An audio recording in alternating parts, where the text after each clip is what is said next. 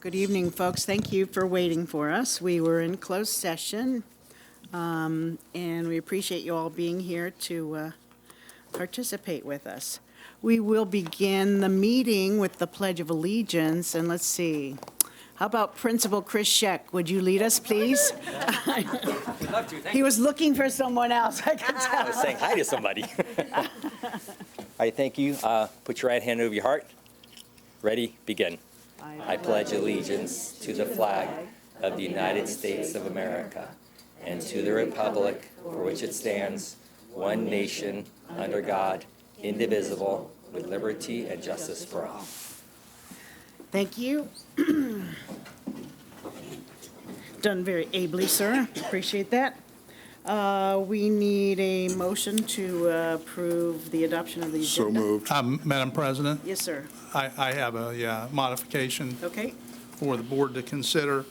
We are requesting that we move item 8.6 to be 8.5, and then 8.5 will become 8.6, and that allows for an airplane to be caught Someone tonight. doesn't stick around any longer than necessary, huh? So that just means switching those two items essentially in order. Okay. First of all, is there a second Second. to approve? I'll Okay. make the motion Is- with I was modifications. just going to ask that, okay? Yeah, so it's been moved and seconded that with that amendment, we approve the agenda. All those in favor, say aye. Aye. Aye. Opposed?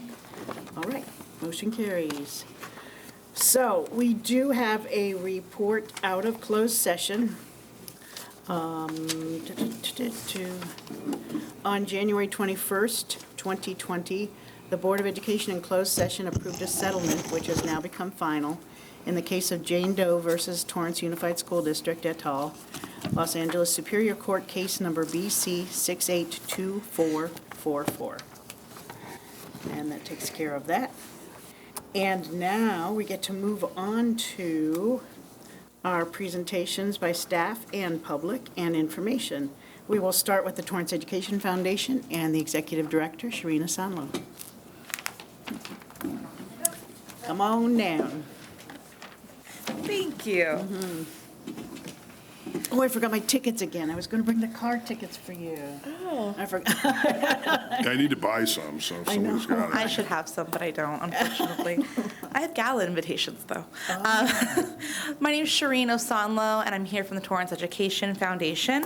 I would like to report on some of the smaller fundraisers that we've done over the past month or two. The first is our Jersey Mike's fundraiser, which we had the support of everyone at TUSD. We were able to raise $1,792, which is pretty good given that we actually were the highest. We raised the most money out of all the Jersey Mike's in the area because they each did a fundraiser and Wow, supported that's good. one of the local nonprofits. So we raised the most. And then our South Bay Lakers event, which we held a month ago, raised about $3,000. So that was a really good event as well. Our tickets sold out pretty quickly.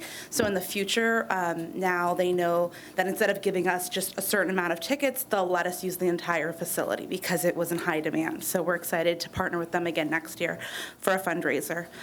We did get our numbers back from the Skechers, for the Skechers walk that we had. So the final numbers are 2,868 registered walkers, which will be approximately $95,000 that'll go back to TUSD schools.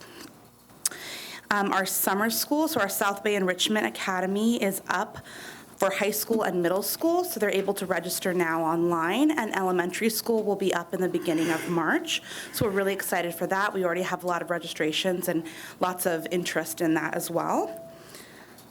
And our TEF board member, Assam Sheikh, is competing with the South Bay Dancing with the Stars on February 22nd, and he will be competing for the Torrance Education Foundation. So if he wins, proceeds will come back to TEF, and then, of course, will go back to the district. So you can vote for Assam at torrancearts.org, and it's $1 to cast your vote. So please go on and vote for Assam and show your support. And you can do more than one vote. Yes, if and you could choose do to. more than one vote. I so already did. Yeah, I did too. Thank you.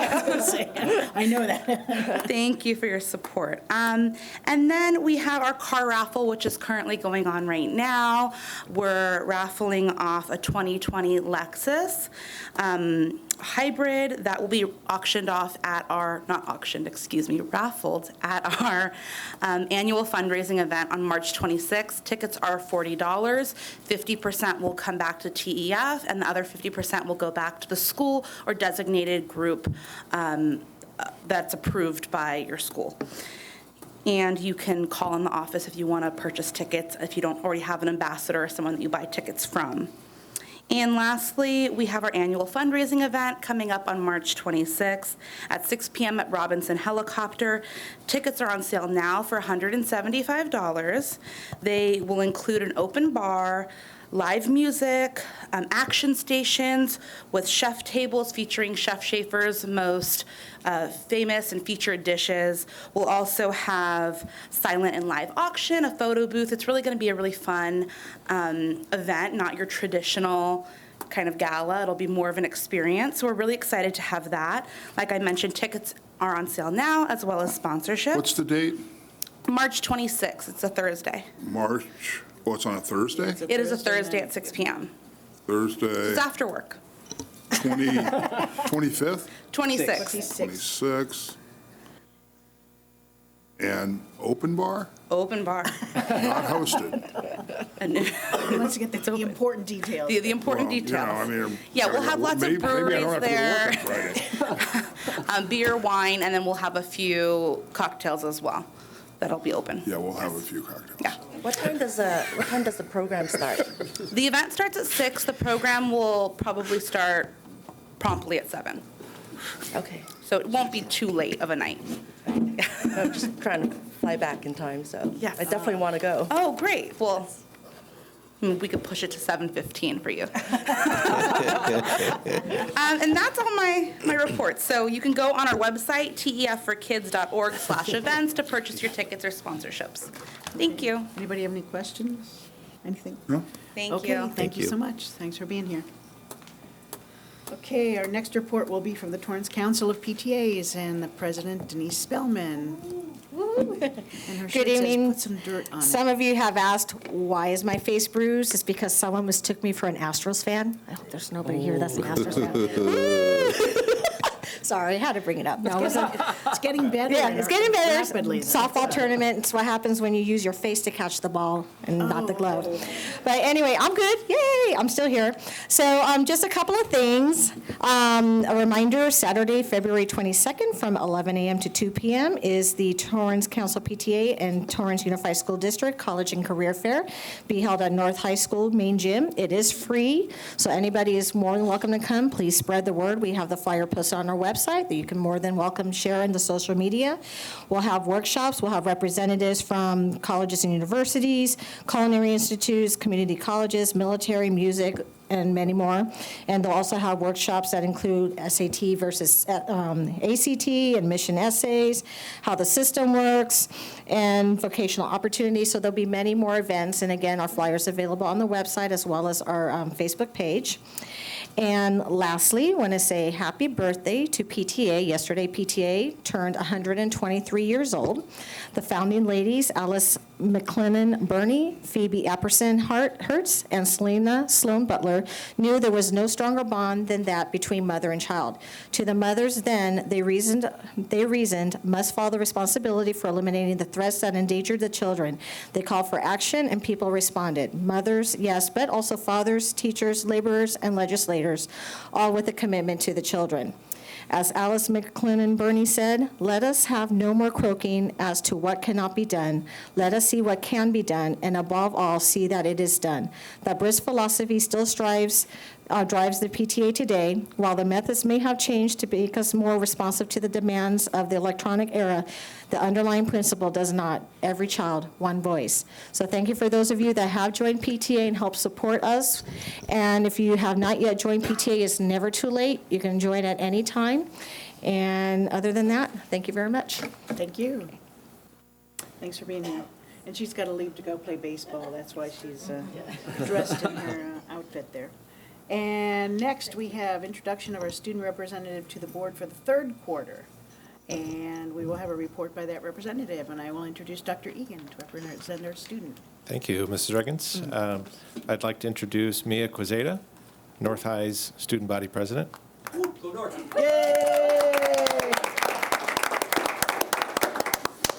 Mia has served on ASB since her freshman year, taking on the roles the freshman class president, sophomore class president, and leadership of Spirit. She also has been a member of many clubs on campus, such as the Filipino, Hunger Awareness, and the Blue Crew clubs. She's also played on the Saxon softball team since her freshman year. Mia's enrolled in 9 honors and AP classes while at North, and after graduating in June, Mia plans on attending a 4-year university where she will major in nursing and hopes to become a pediatric nurse practitioner. Welcome, Mia. Nice. Does Mia know what 4-year anniversary, what 4-year university that's going to be yet? Not yet. I'm waiting to hear back from my UCs and Cal States. Okay. Okay, good evening. So as you just heard, I'm North High's ASB president, so I'm here to update you guys on the events we've held throughout the year and what we have in store for the remainder of the year. Our ASB works very hard to put on each event, and they truly capture what makes North amazing. So we kicked off our year with our annual Senior Sunrise. This event allowed the class of 2020 to kick off their final year at North in a relaxing way as they watched the sunrise, enjoyed a light breakfast, and listened to music. Following this was our week of homecoming activities, topped off with our homecoming assembly, game, and dance. Our Saxon football team was also the highlight of this season, finishing their season with an 11-3 record and advancing to the Division IX CIF final. Following our homecoming events, our student body welcomed students from both Tokuhara and Kashiwa Municipal High School, both located in Japan. Tokuhara students were at North for a couple of hours, but still managed to create everlasting friendships with the students here at North. They played games, ate food, and created memories that will never be forgotten. A couple weeks later, the Kashiwa students came to North, and although their time was short, they're going to be reunited with their host families in May as 24 delegates travel from Torrance to Kashiwa and meet where they left off. In December, ASB worked with UCLA to host our annual Fall Blood Drive. With the help of students as well as the surrounding community consisting of alumni, staff, and parents, North was able to donate 130 pints of blood that will go to people who need it. Continuing with this generosity was North's annual canned food drive. We partnered with the company Friends Without Barriers to raise money as well as collect canned goods to help those affected by HIV and AIDS. Ultimately, I am proud to announce that with the help of ASB, the student body, and the surrounding community, North High was able to surpass our goal of 10,000 cans and donate 11,900 cans to this organization, which truly highlighted the season of giving. Not only have our multiple successful events held so far highlight what makes North truly something special, our sports team this year have been amazing. Not only did our football team make it far in CIF, but our boys soccer, girls soccer, as well as girls basketball have all advanced to round 2 of CIF playoffs. The girls soccer team fought until their loss this past weekend. However, boys soccer and girls basketball have advanced to the quarterfinals of CIF and await games this upcoming week. That has just been a glimpse of what has been going on at North High, making the North Torrance community truly great. It's been a pleasure to report and update everyone tonight. Thank you. Thank you. Very nice. Mia, I just want to invite you, when there are items that you have comments on, please do bump Dr. Egan and say, I want to make a comment, so he'll let us know that you have something to say. We should be getting the agenda to you by 72 hours in advance of the meeting, whenever that is. Sometimes it's mostly Mondays, but it might be a Tuesday. And check it out and see if there's something that you want to comment on, or you can contact any of us ahead of the meeting, too, and let us know if you have some comments, okay? Perfect. Thank you for being here. Okay, we're moving on to good news student presentations, and we have some from Arnold and some from Callie Mayer, and Dr. Kim will begin. Thank you, President Reagans. It's my pleasure to introduce the student leader with a famous name from Arnold Elementary School, Grace Kelly. Please come on up. Oh, that is a famous name. Also joining us tonight is the assistant principal of Arnold Elementary, Kathy DiVincenzo. Grace, please tell us what's happening at Arnold. Good evening, school board members.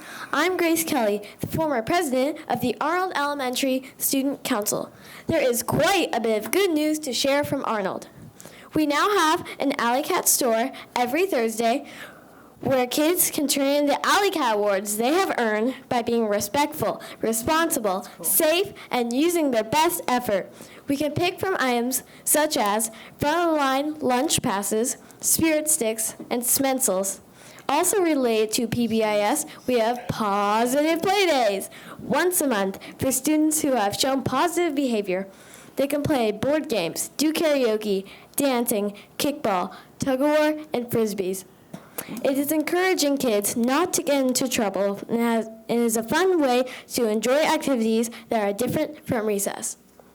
Academically, we are enhancing kids' science experiences this year with our science lab. It is exciting and cool when we go into the lab. We can hardly wait to see what magic of science will happen in there. We go beyond just taking notes and experience real-life situations such as physics and engineering activities. It is great to be an Arnold Alley Cat. Thank you for this opportunity and have a great evening. Thank you.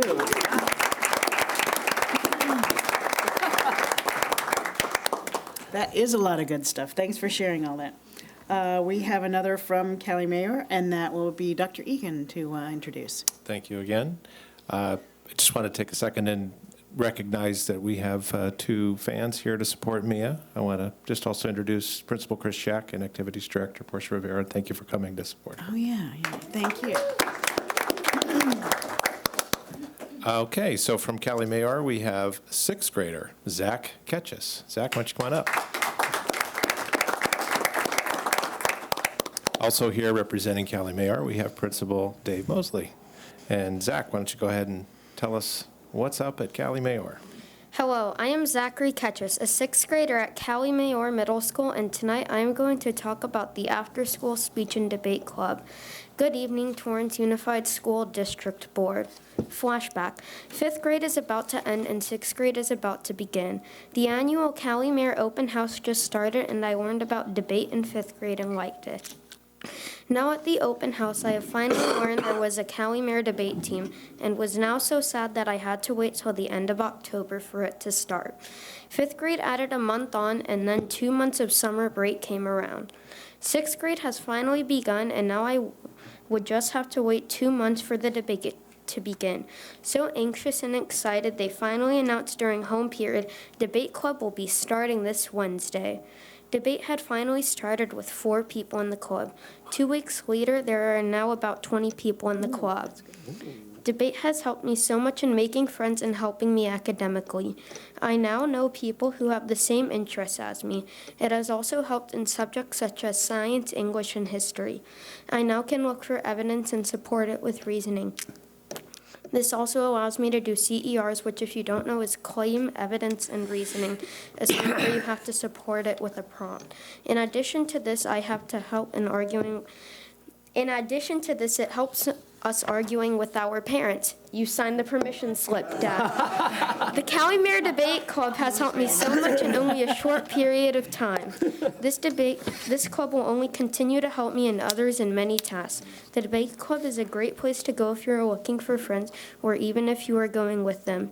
We do competitions with other schools such as Kashmir too, with friends possibly for the duo interpretation. Excuse me, that's in March. As we would say, the bark and the bite, thank you and have a great night.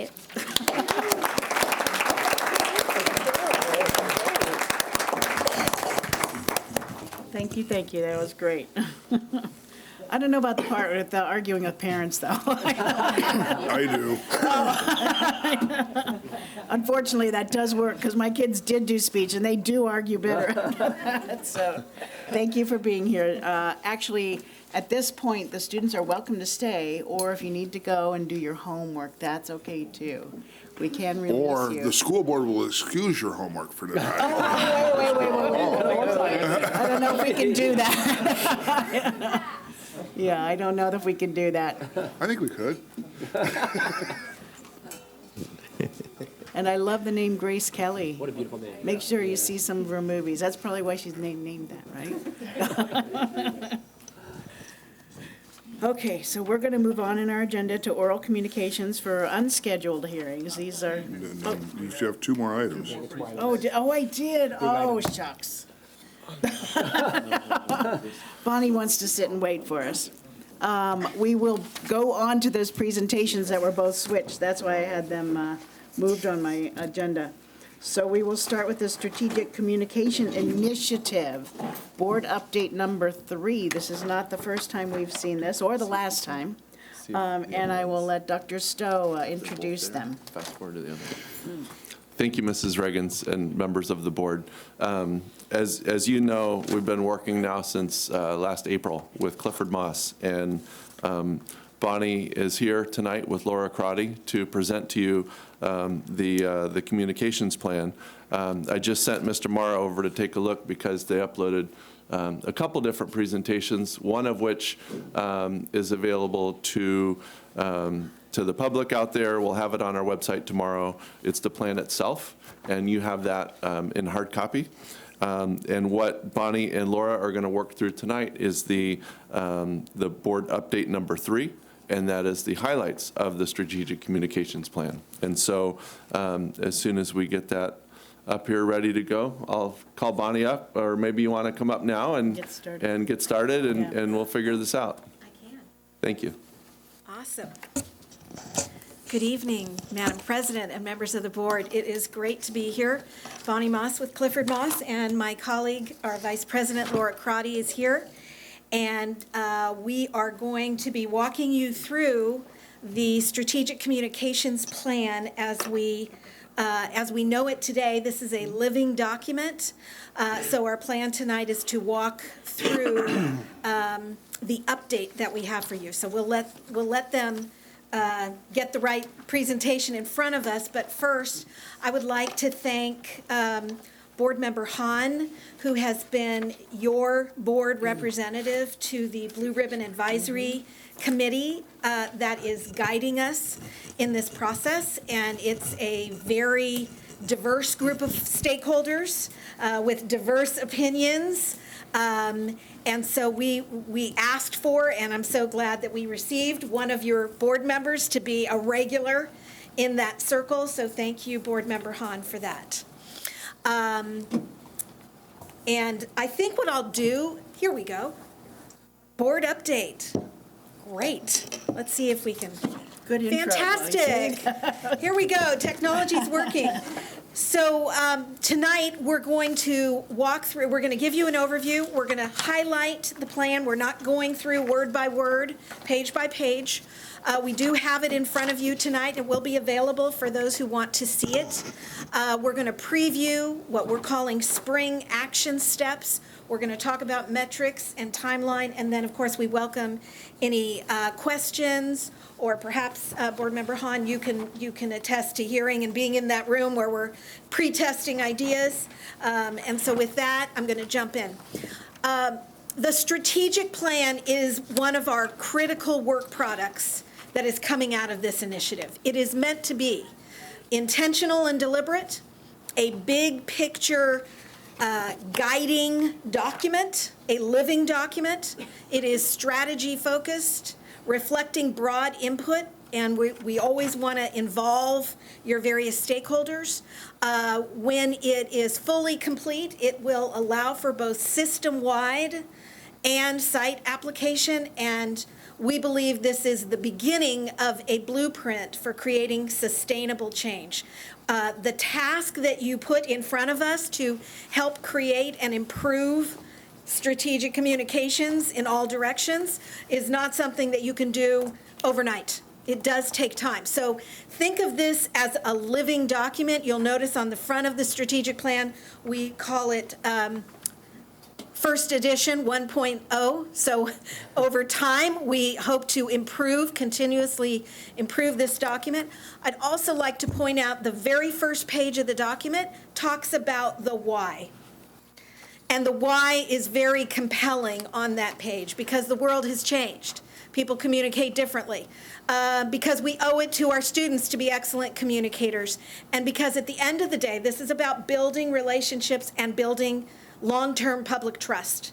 And so we thank you, salute you, and we're going to keep going here. Key features of the plan: robust stakeholder involvement. So this is not Clifford Moss building a plan by ourselves. It's not the board building it by themselves. There's a lot of people touching this process. We also feature listening. We're also very data-driven, and our goal is continuous improvement, aligning with what we hear from our various stakeholders. I keep circling that TUSD Blue Ribbon Advisory Panel because we pulled them together for the purpose of being a longer-term sounding board. So some folks, we will hear from them in one sitting or one interview or one circle, but that Blue Ribbon Advisory Panel continues to meet with us over time, over the period of this process. Just to highlight, and we think you've seen this before, over 1,000 people touched so far in various circles. We'll talk more about what that looks like. As we look at the plan is about 30 pages long. We've got a good deal of context on the front end for someone who's never been to the district or is interested in communications. They will see a quality introduction. We put time into research and listening results. We talk about 3 core strategies to start, action steps, metrics, a timeline, and then we add a postscript at the end of the plan about what optimal looks like. So we're going to walk you through the highlights of each of these sections. The first, you can see a whole lot of pages on the front end, about 8 pages, that really sets the stage, sets the context, talks about the history of how we got this project in place, some key statistics about the district, a highlight of your microclimates, some comment about your guiding direction, your mission, your LCAP guidelines, the process itself, the timeline, some reminders about taking risk and taking some big steps, and then finally some statements about which stakeholders are being involved in this process. And then we move to research, and all of the research highlights are included in this plan. You've seen them before, by the way. We did present to you earlier in the school year the most important and compelling outcomes from the plan, but you'll see that they are included here. And in addition, we've also included the highlights of the listening work that has been occurring. And I want to emphasize here that we're not going to stop listening.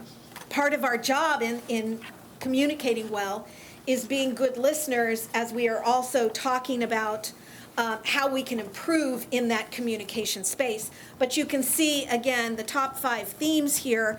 I do want to point out that it's pretty extraordinary that you have such a community that rates you as high as it does on your core mission.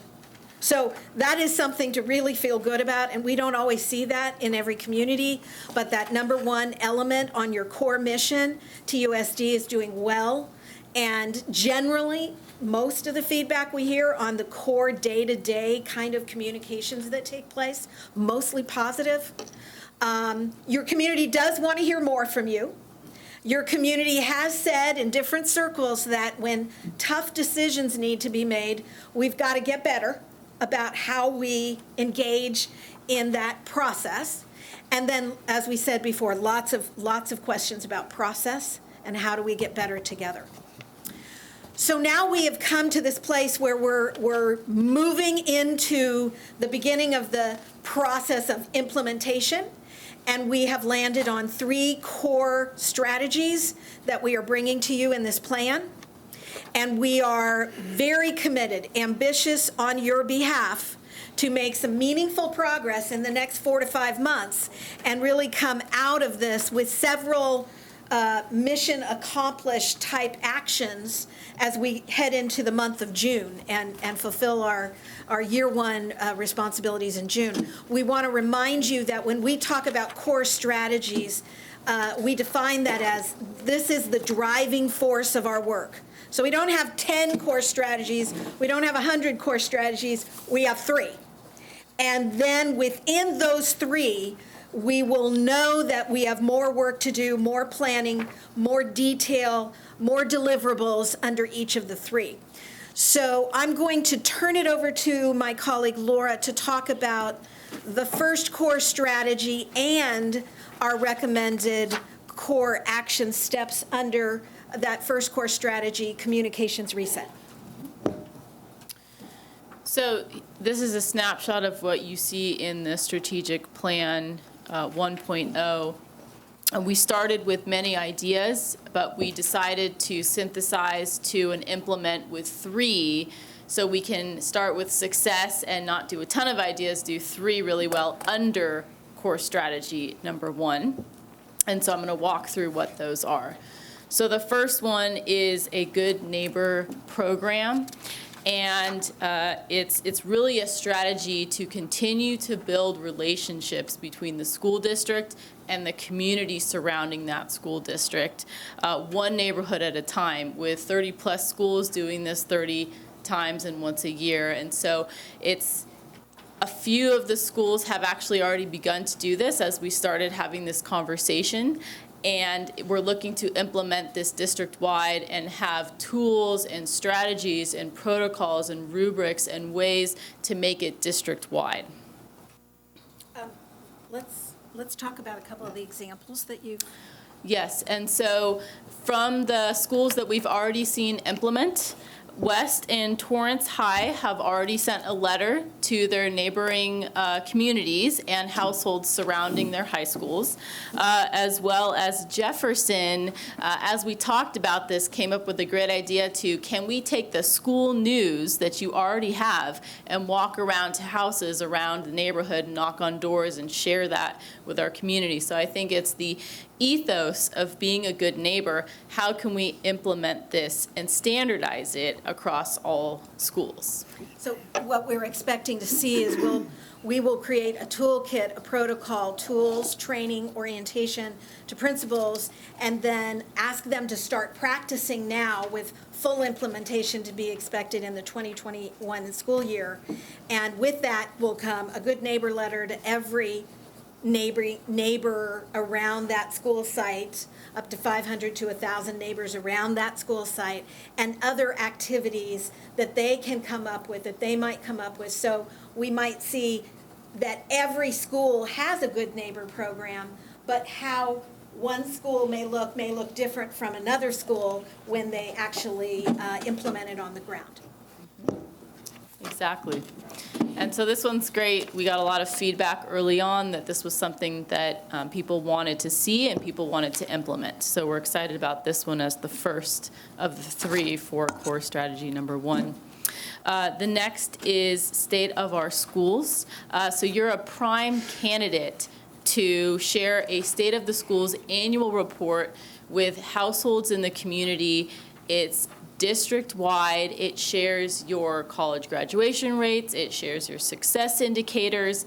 It's an annual report that over time becomes something that the community expects and builds that relationship with your community year on year to share your success indicators.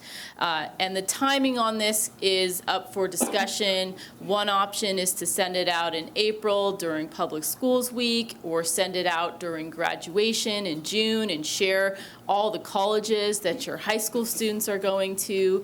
So there's a lot of great ways. And it's a standard size that has a letter, and inside you can put different statistics and share it with all of the households in the community. So over time, this can be a really great success indicator. Yeah, that one. And then finally, positive PSA successful bite-sized impressions to the community online, sharing a positive message, continuing to build that relationship with your community, robust across multiple platforms. It can actually help share that same message that you send in the mail online, Facebook, video, etc. And we see this that could happen in tandem with the state of the schools. So it could be in April with the Public Schools Week. It could also be in June for graduation. It could also be fall. We're getting ready to start school. But we see this is an example from another school district that used this. They took their message that they felt really resonated, which is investing in excellence, and just put that out on many different platforms with a simple image. And then I know that to the point of Board Members Hahn's question on, how do we know who's really looking at information online? We know from the poll that people do want to get mail, and so we dug a little bit deeper into the data to see who's really getting information online. And so 30% of those surveyed in the initial poll that you did were 65 years and older. And of those surveyed, only 8% did not get their information, some sort of information about the community in Torrance online. And so of those, 92% of what we would call maybe a senior citizen profile that do go online to get information, sometimes once a week, some 2 to 3 times a week, 44.8% are getting that information on a computer. So you could probably say, Google or Yahoo is number 1, and then social media is a little bit down farther in the data that you'll remember seeing from the poll. And just to add something here, the reason we're thinking this makes sense to pilot, and I would say pilot, not go full force in, because we'd want to learn and see what can the impact truly be. But getting those positive stories out about the district, we work with vendors who are able to take these messages that we would create with you in the district and target them to the individual IP address inside the school district boundaries. So it's not going to LA, it's not going to San Diego, it's not going to San Francisco.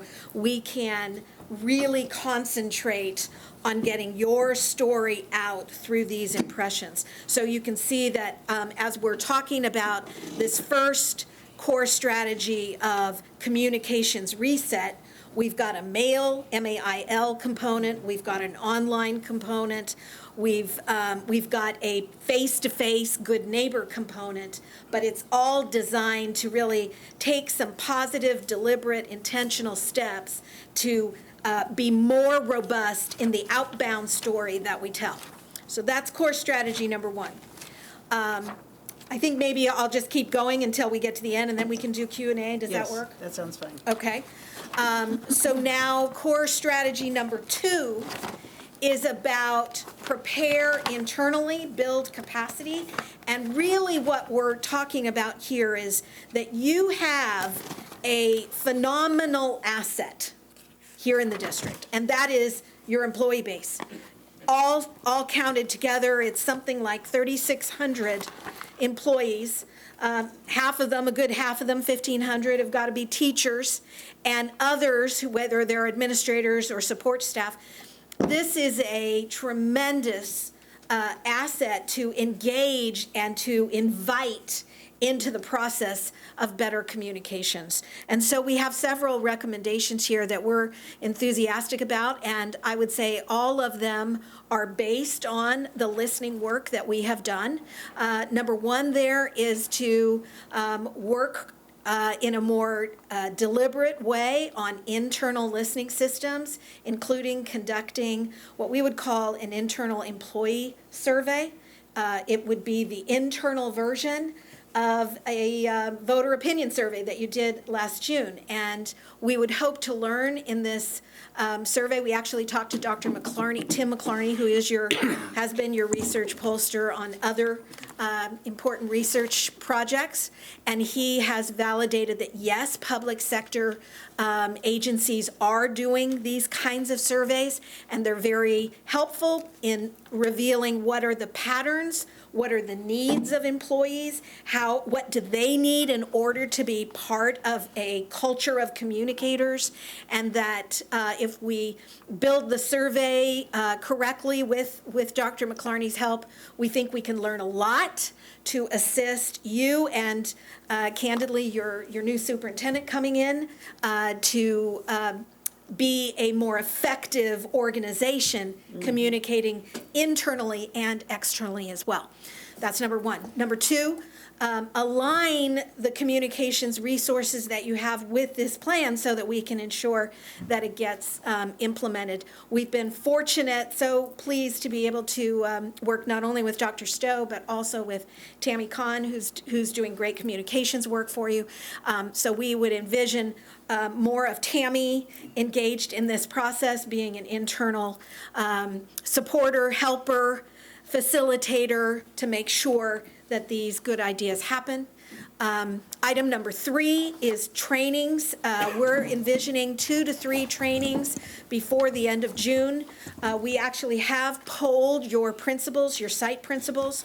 Their top choices were, yes, give us training on best practices in the good neighbor space, and also give us training on best practices for online communications, digital communications, and storytelling from that front. So we believe that that's an important task because we can't impose on them to communicate better. We need to invite, train, and provide tools to them for that process. And lastly, you can see we've mentioned Good Neighbor here again because we think it's important. If we're going to have a program, we got to give people training and tools. So that is core strategy number 2. A lot of work in this spring window because here comes core strategy number 3, which is really begin the journey with full implementation in the 2021 school year. And at that point, you will have a new superintendent, and it would be our hope that that superintendent can take the reins and run with this process for full implementation. However, with that said, we did provide a couple of things here. Number 1, we think in this spring window, we can provide to this district, to your team, and mostly for the benefit of principals, what we would call a framework or toolkit with good ideas that they can use on the front lines. And then secondly, we think it could be useful and instructive for the district if we work together to build what we would call a scorecard, a communication scorecard, which would allow for self-evaluation on how are we doing? Have we put these various steps in place that are part of the sign of the signal of being a great communicating organization? So we would strive to do that in this spring so that, again, when your new superintendent arrives, some of these tools will be in place, and it will be really a gift to that leader to come in and have this basic information right there in front of them so they can take it and run with it in the 2021 school year. Some of you have asked about measurement. How are we going to measure this? And so you can see in this document, we've got 10 metrics for all of us, mostly the Clifford Moss team and Dr. Stowe, to really be setting our attention on between now and the end of June. 3 of them are involved in core strategy number 1. Several, I think there are 5 here that are about core strategy number 2. And we've got a couple, we've got one on core strategy 3. And then we also thought it was important, this is something that really makes Torrance unique, is that all of you on the board have been very engaged and interested in this process. So we think another one of the metrics is really your continued involvement, your continued input, as we build the living document and your monitoring in this process. There may be others, and so we want to emphasize this is a living document, but we want to first start this next 3-month period with, did we do some of these initial things, and each one will probably require its own evaluation process. So you can see a timeline here. We are expecting over the next 4 months to be really doing some heavy lifting on the items that we've talked about earlier in this presentation. By the end of June, we've got to have a whole lot of deliverables completed and an evaluation process. We are meeting continually with the Blue Ribbon Advisory Panel. We're asking them to continue to weigh in on this work and tell us, are we on track? Is there something we're missing? So we've got that input, and then again, full input happening, at full robust implementation happening as the new superintendent comes in and moving into 2021 school year. By the way, that timeline is not uncommon. In fact, if we're really talking about sustainable, positive change in the communication space, it takes time to do that. And it takes engagement with stakeholders to do that work and quality listening. And so we're moving at quite a pace. We've got a lot to do in the next 4 months, but this gives you a sense of the timing. And then I think it will be at that blue dot period. It'll be time for the new superintendent to come in and weigh in about what they would like to do. And in the meantime, we've really appreciated all of the team's efforts here, but we work most directly with Dr. Stowe, and thank you for that, for your partnership in this process. Lastly, we would say this process works best when we allow for strategic consistency with operational flexibility. And what that means is strategic consistency is we're doing it across the district.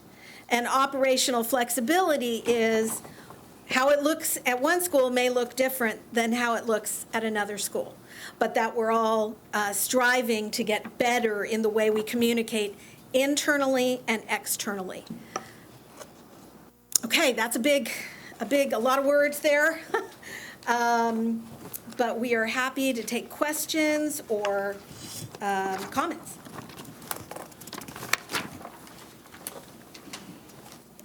Mr. Lee?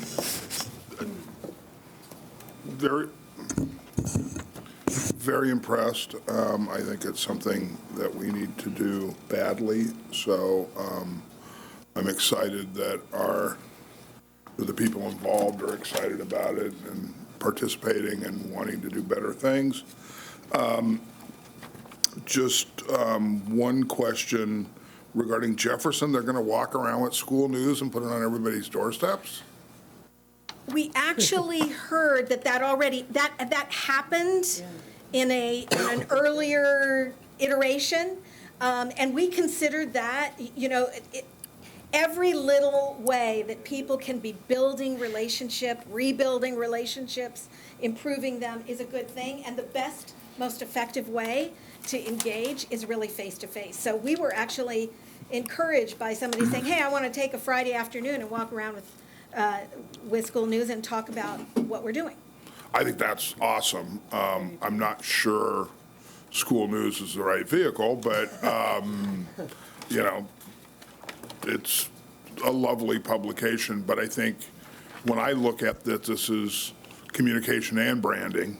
Yes. And the ability to brand the school to the neighborhood, because in Torrance, we kind of subdivide the entire city based on the 4 quadrants, the 8 middle schools, and then, really down to the micro level to where the elementary schools are. And from looking at least my neighborhood, as I'm becoming one of the seniors, I guess, but, I see my peer group and older, interested in what's going on at the school. They don't have kids there anymore, but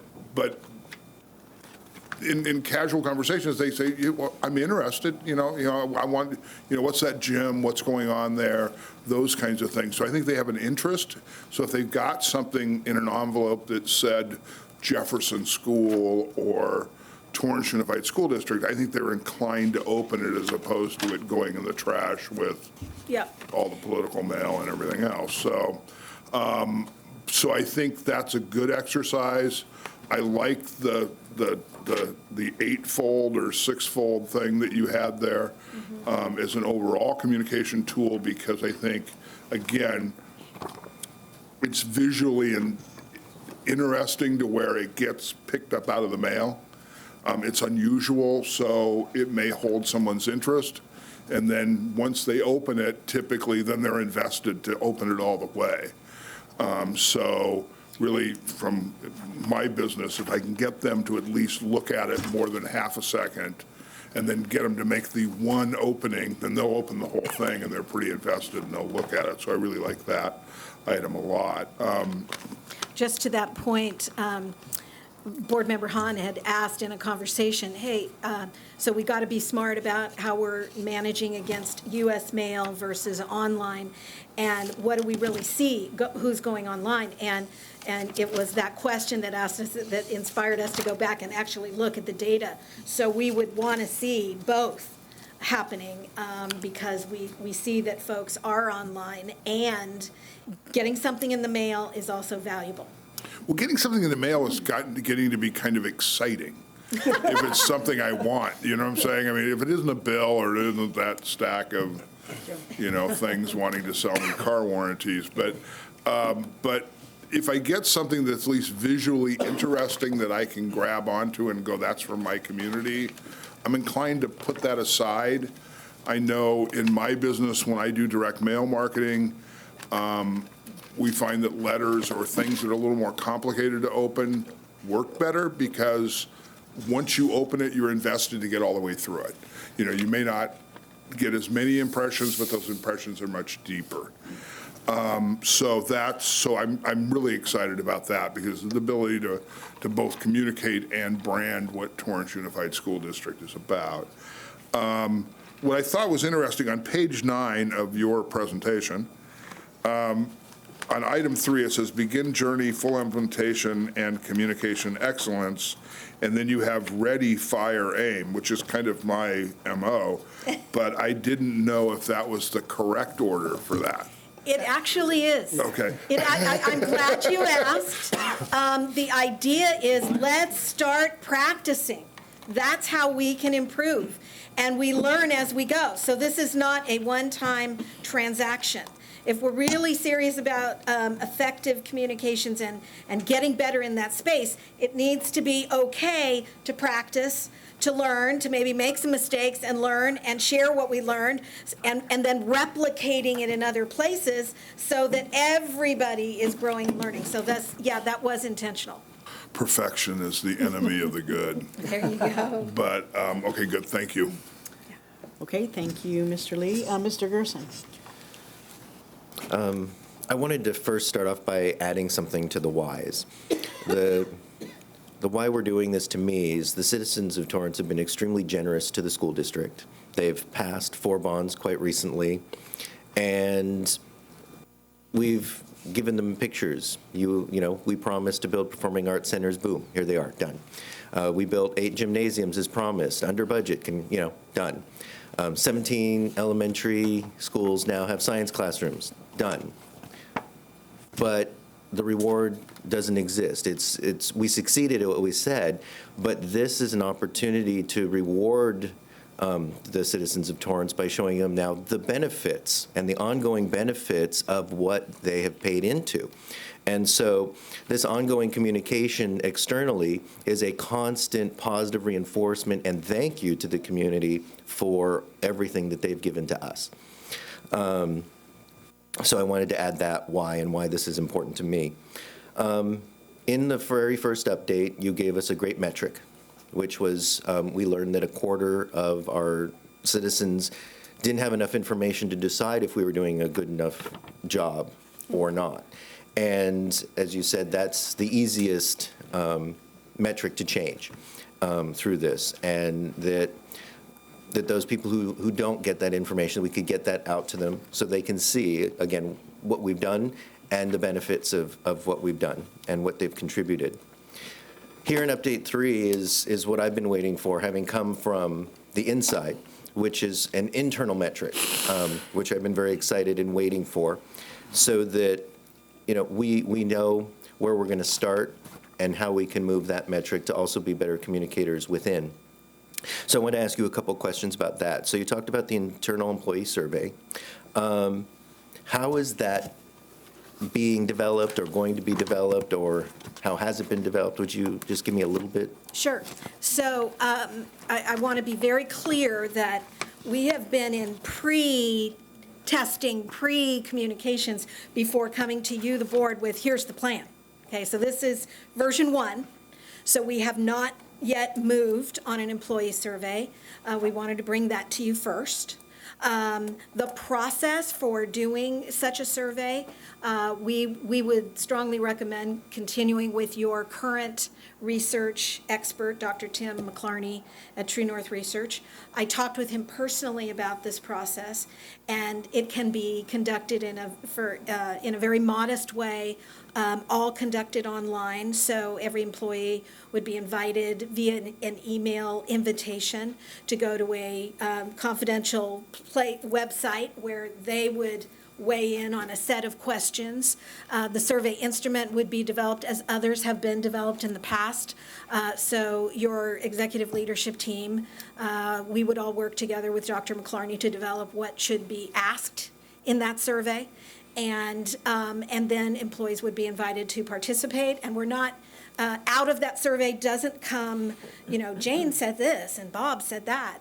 It's really looking for patterns across, here's what the management team, site administrators are seeing, and here's what we're seeing from teachers, and here's what we're seeing from support staff, that kind of thing. And it has been very instructive in other public sector settings to look at what calibrations can be made to create an environment that is even more communicative as opposed to imposing. I've heard the term, this is the first year I heard the term, not here, but in another place. I said, well, how are we going to get volunteers? And they go, they'll be voluntold. Oh, yeah. And I was like, oh my gosh, I was like, I can't believe that, because in my world, it's inviting people to be part of a process is better than being voluntold. So that's where we could go. Okay. Obviously, when people are evaluated, they want to know up front what they're going to be evaluated on, and having a new superintendent walk in with the metrics laid out is certainly something that is a very nice position for that person to be in.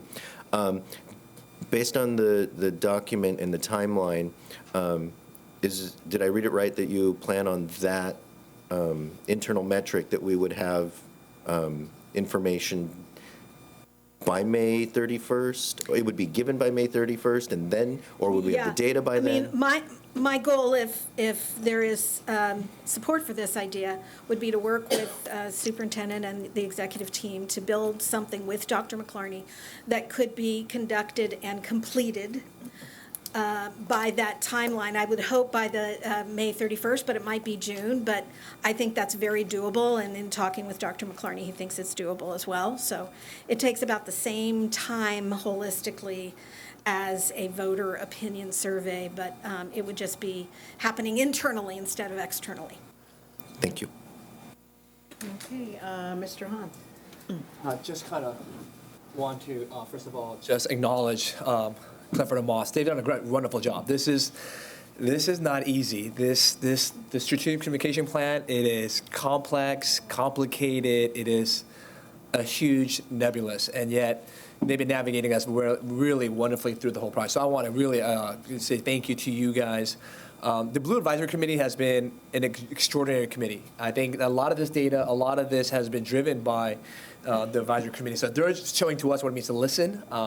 There are some wonderful people on this committee. There's one individual that I met, and he's an expert in branding and marketing. And to see him having his voice and coming alongside has just been a wonderful thing for the whole Yeah, he communication. came in as a parent, but then we learned he was a Yes, branding yeah, so expert. that's why it's even better. And so that's why the community has been just instrumental, and to help us to kind of like put tangible steps to this complicated process. It's been a wonderful process. And this is the fruit of it. And I think that this is truly a reflection too, what they heard from us and really bringing it together. So they heard from the surveys, the polls, even our advisory committee to come up with this. And so I'm grateful for that. And I think the beautiful thing about this whole communication plan is that we're being proactive. We're not waiting for the community to come to us. We're going to the community. We're telling the community, this is our story. We are framing the narrative.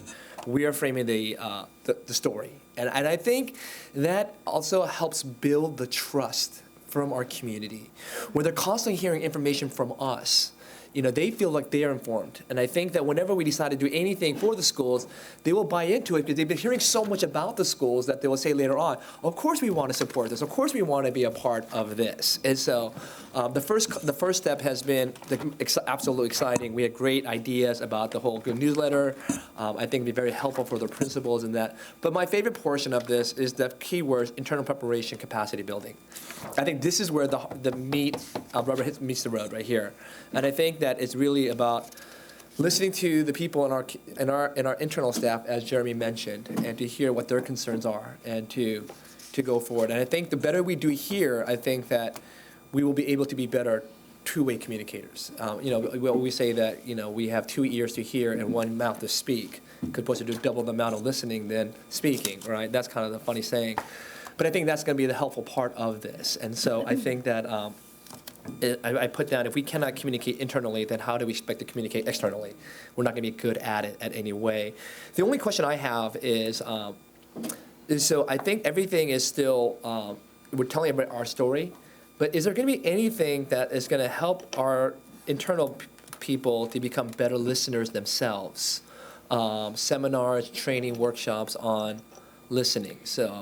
And to me, the reason why I say that, I'm a marriage counselor too, and so in my pre-marriage counseling, we do a thing on communication, and I spent a lot of time on listening habits. What are some good, proper listening habits, like clarifying questions, always, way you listen, and so there's a lot of things like that. I was wondering, is there going to be anything, tools building like that? I think that is a great question, and I feel like we're in some ways kindred spirits because in all of the work that we do, we have a very strong component of two-way. Being a good listener is part of being a good communicator. I do think, as you see, we've been very ambitious on your behalf. We have said we need to do at least 2 trainings, hopefully 3, and I think we can and should and will further emphasize training components listening components into those trainings, because that is a very important part of this process, and I candidly think it's often underestimated. Listening skills are underestimated. So that's a great reminder. Thank you. Is that it? Okay. Mrs. Liu, did you have something? Yeah, just quickly, I absolutely thank you guys. You guys have done such a great job, just like what my colleagues have said. And I really like this idea of annual report. If the public doesn't hear from us much, and very few of them receive or even see the school newspaper, and so something like this would be perfect. I was wondering, you're saying to mail them out, like how much would it cost to do something like that? Do you have an idea? Yeah, we're still going to be looking at ways to economically do that. So it might, if we looked at full costs, it might be something like $30-some-odd thousand to mail an annual report out. But one of the things that we are exploring with Dr. Stowe in particular is getting outside partners to help in underwriting that cost, so that we can also share with the community that we're being resourceful and we're being respectful with taxpayer dollars and that sort of thing. So there are options for funding that we are already, thank you, Dr. Stowe, looking at to make sure that we're being smart with your money as well. That's great. Thank you for watching out for that. I think that we owe it to the public to let them know all about this, and I think it's worth spending, because it's not just the parents of the students who voted for the bonds that we have currently. It's also all the other residents, including senior citizens and different sectors of the city. And the employee attitudinal survey, did I say that right? It's really a vote, it's an attitudinal survey, but it's also called an employee opinion survey. Yes, I've heard of it as, is it something similar to like a climate survey? Employees climate survey? I have heard that term used. I've heard employee opinion survey. I've heard employee satisfaction survey. I've heard lots of different versions of it.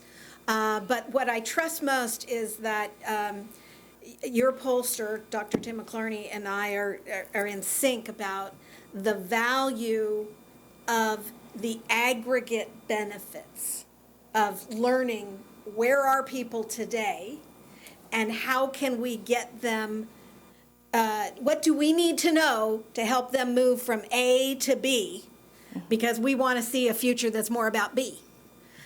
So, yeah, I've heard it called a lot of things, but what I like is what I heard from Dr. McClarney. There's an efficient way to do this, to get us the information that we think will be helpful to you and to the executive team.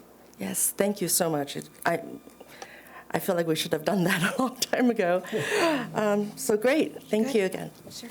Well, and I just wanted to add to that, it's not just moving them from A to B, but moving the district and everyone else along Yes. with them, that we're making that Moving journey all of us. together, right? Yes. And actually, as I was reading the plan, I was thinking that this would have been very useful to have in place as we're doing the new superintendent search, because communication is going to be a huge issue with regards to that, in communication with all of the community groups and getting the input and all of that. So it would have been good to have had this sort of substrate to work on. You know what, it's so funny you say that, because I was looking at it as, you are taking initiative where, I mean, we don't see very many school districts taking the level of initiative that you all have with this process. We do see some of them, we have a few clients, but it's not like this is what everybody's doing. You're really innovating here. And I looked at it as, what a gift to give to the new superintendent. You know, we've done research. We're not winging it here. This is based on sound research and quality listening, and we've actually thought about it, and we put attention on it. So I look at the glass half full. It works at both ways, yeah. Well, and the other thing that is truly very clear in my mind is that when we do superintendent selection, it will be up at the foremost in my mind that we need to have someone who can be on board with implementation of this plan, because otherwise it's for naught. And I don't want to see that happen. So Yes. I will be thinking of that as we move forward in the process. And I just want to say thank you. I'm wearing my old school board member hat, that it's very, very important that your new superintendent be a passionate advocate for improved communications. Yes. And you will have all of this to share with that person. Yes, So, yes, looking forward to thank you, doing and that. we'll keep working. Any other questions, comments? Okay. Good job. Looking forward to the next Thank you. installment. We'll keep Thank going. you. Head back to home. Thank you for being here. Okay, now we will move on to oral communications. No, We have a turf management plan. Tim's getting up. We got more. That's usually me I thought trying that to would rush work it that all. time. I thought it would work that time, but it didn't. All right, Dr. Stowe, I really wasn't going to jump over you, I promise. Thank you, Ms. Reagan's board members. So, so I was asked by you to do a review of our facilities, and really struggled with, how do you take everything that we have, the number of buildings, and one of the slides on here is the number of facilities we have, and square footage, and all the permits, and all of the use that we have, and get it to be a 15-minute presentation to give you kind of an overview of how are our facilities used, what kind of revenue do they generate, and then where might that conversation take us? And so, so you have two different things tonight. And again, I know it's a bit lengthy, but I'm going to do a report on the use of facilities, comparing ourselves to other local districts and how they manage facilities, and then show you some numbers of as far as revenue and groups that use it, number of hours and those kinds of things, which all was pulled from the 18-19 school year information out of the online system that we use, Civic Permits, for everything that was submitted. I'd like to thank Francis Capistrano in my office and Alma Escalante, who is subbing for her because now she's working with Dr. Kim, for the dozens of reports that I had them run, and then all the different things I was asking for through this process. So this isn't an exhaustive list of everything. If there's more information that you would like, we're happy to provide it. I probably have it somewhere in a PowerPoint file or a spreadsheet or something that one of them sent to me. And so we can get that information to you. But the intent for tonight, this presentation that I'm doing, is just to share with you the totality of where we're at, what our board policy is with regard to facility use and the ed code. And then we commissioned Larry Musser from PRZ Field Consultants. And he, 4 or 5 years ago, we got his name from the city of Torrance. 4 or 5 years ago, he did the soil analysis of all the fields for the city and helped them create their turf management plan. And he's here tonight from Colorado. He's really the national expert on this. He's visited hundreds of schools and city parks and city facilities and private schools, I'm sure, and has visited every one of our schools, soil samples. He's got more data than you really want. And his presentation is going to drill down just on one field to kind of give you what it would be like to renovate one field and what it looks like and how our fields compare to schools and cities that he's seen throughout the country. So a couple of different things going on tonight. So I'm going to first begin with talking about the Civic Center Act. The Civic Center Act basically establishes that each school is a civic center, and those are and that although the board determines the terms and conditions for which the community can use our facilities, that they are open and accessible to the public. And we've taken great pride in that over the years. And we can really boast about the access that people have in community groups and youth groups to our schools. And so there are two different ways, and I'll go into one of our board policies here in a minute, but there's two different costs that we assess groups. One of those costs are what the state terms as direct costs.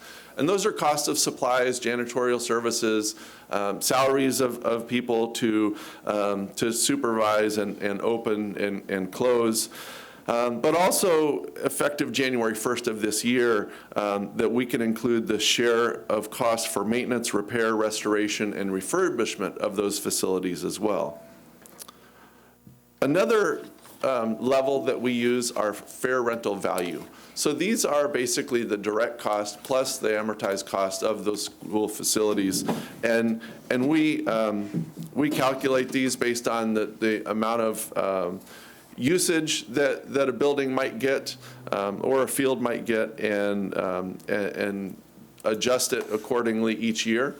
Each December, I bring to the board our fee schedule. And so you have the opportunity each year to approve that. You could approve it more than once a year, but we typically increase the rates in December, and we increase it by typically 3 to 5%. Sometimes if we see a local district that our rates are already pretty significantly higher, maybe we won't adjust a certain hourly rate for a facility because we want to try to stay in the ballpark. But where we're kind of a fish out of water, I'll say, is with our aquatic center, right? So we had a really hard time determining what's going to be the rate of that aquatic center because there's nothing around like it. And so, so we did extensive research of community colleges and other pools in cities and school districts throughout LA and Orange County to establish the rate that we ultimately brought to the board for the aquatic center. So, so it isn't just we're going to take this rate, increase it by 3% and move on. We really take a look at those rates and where we're at.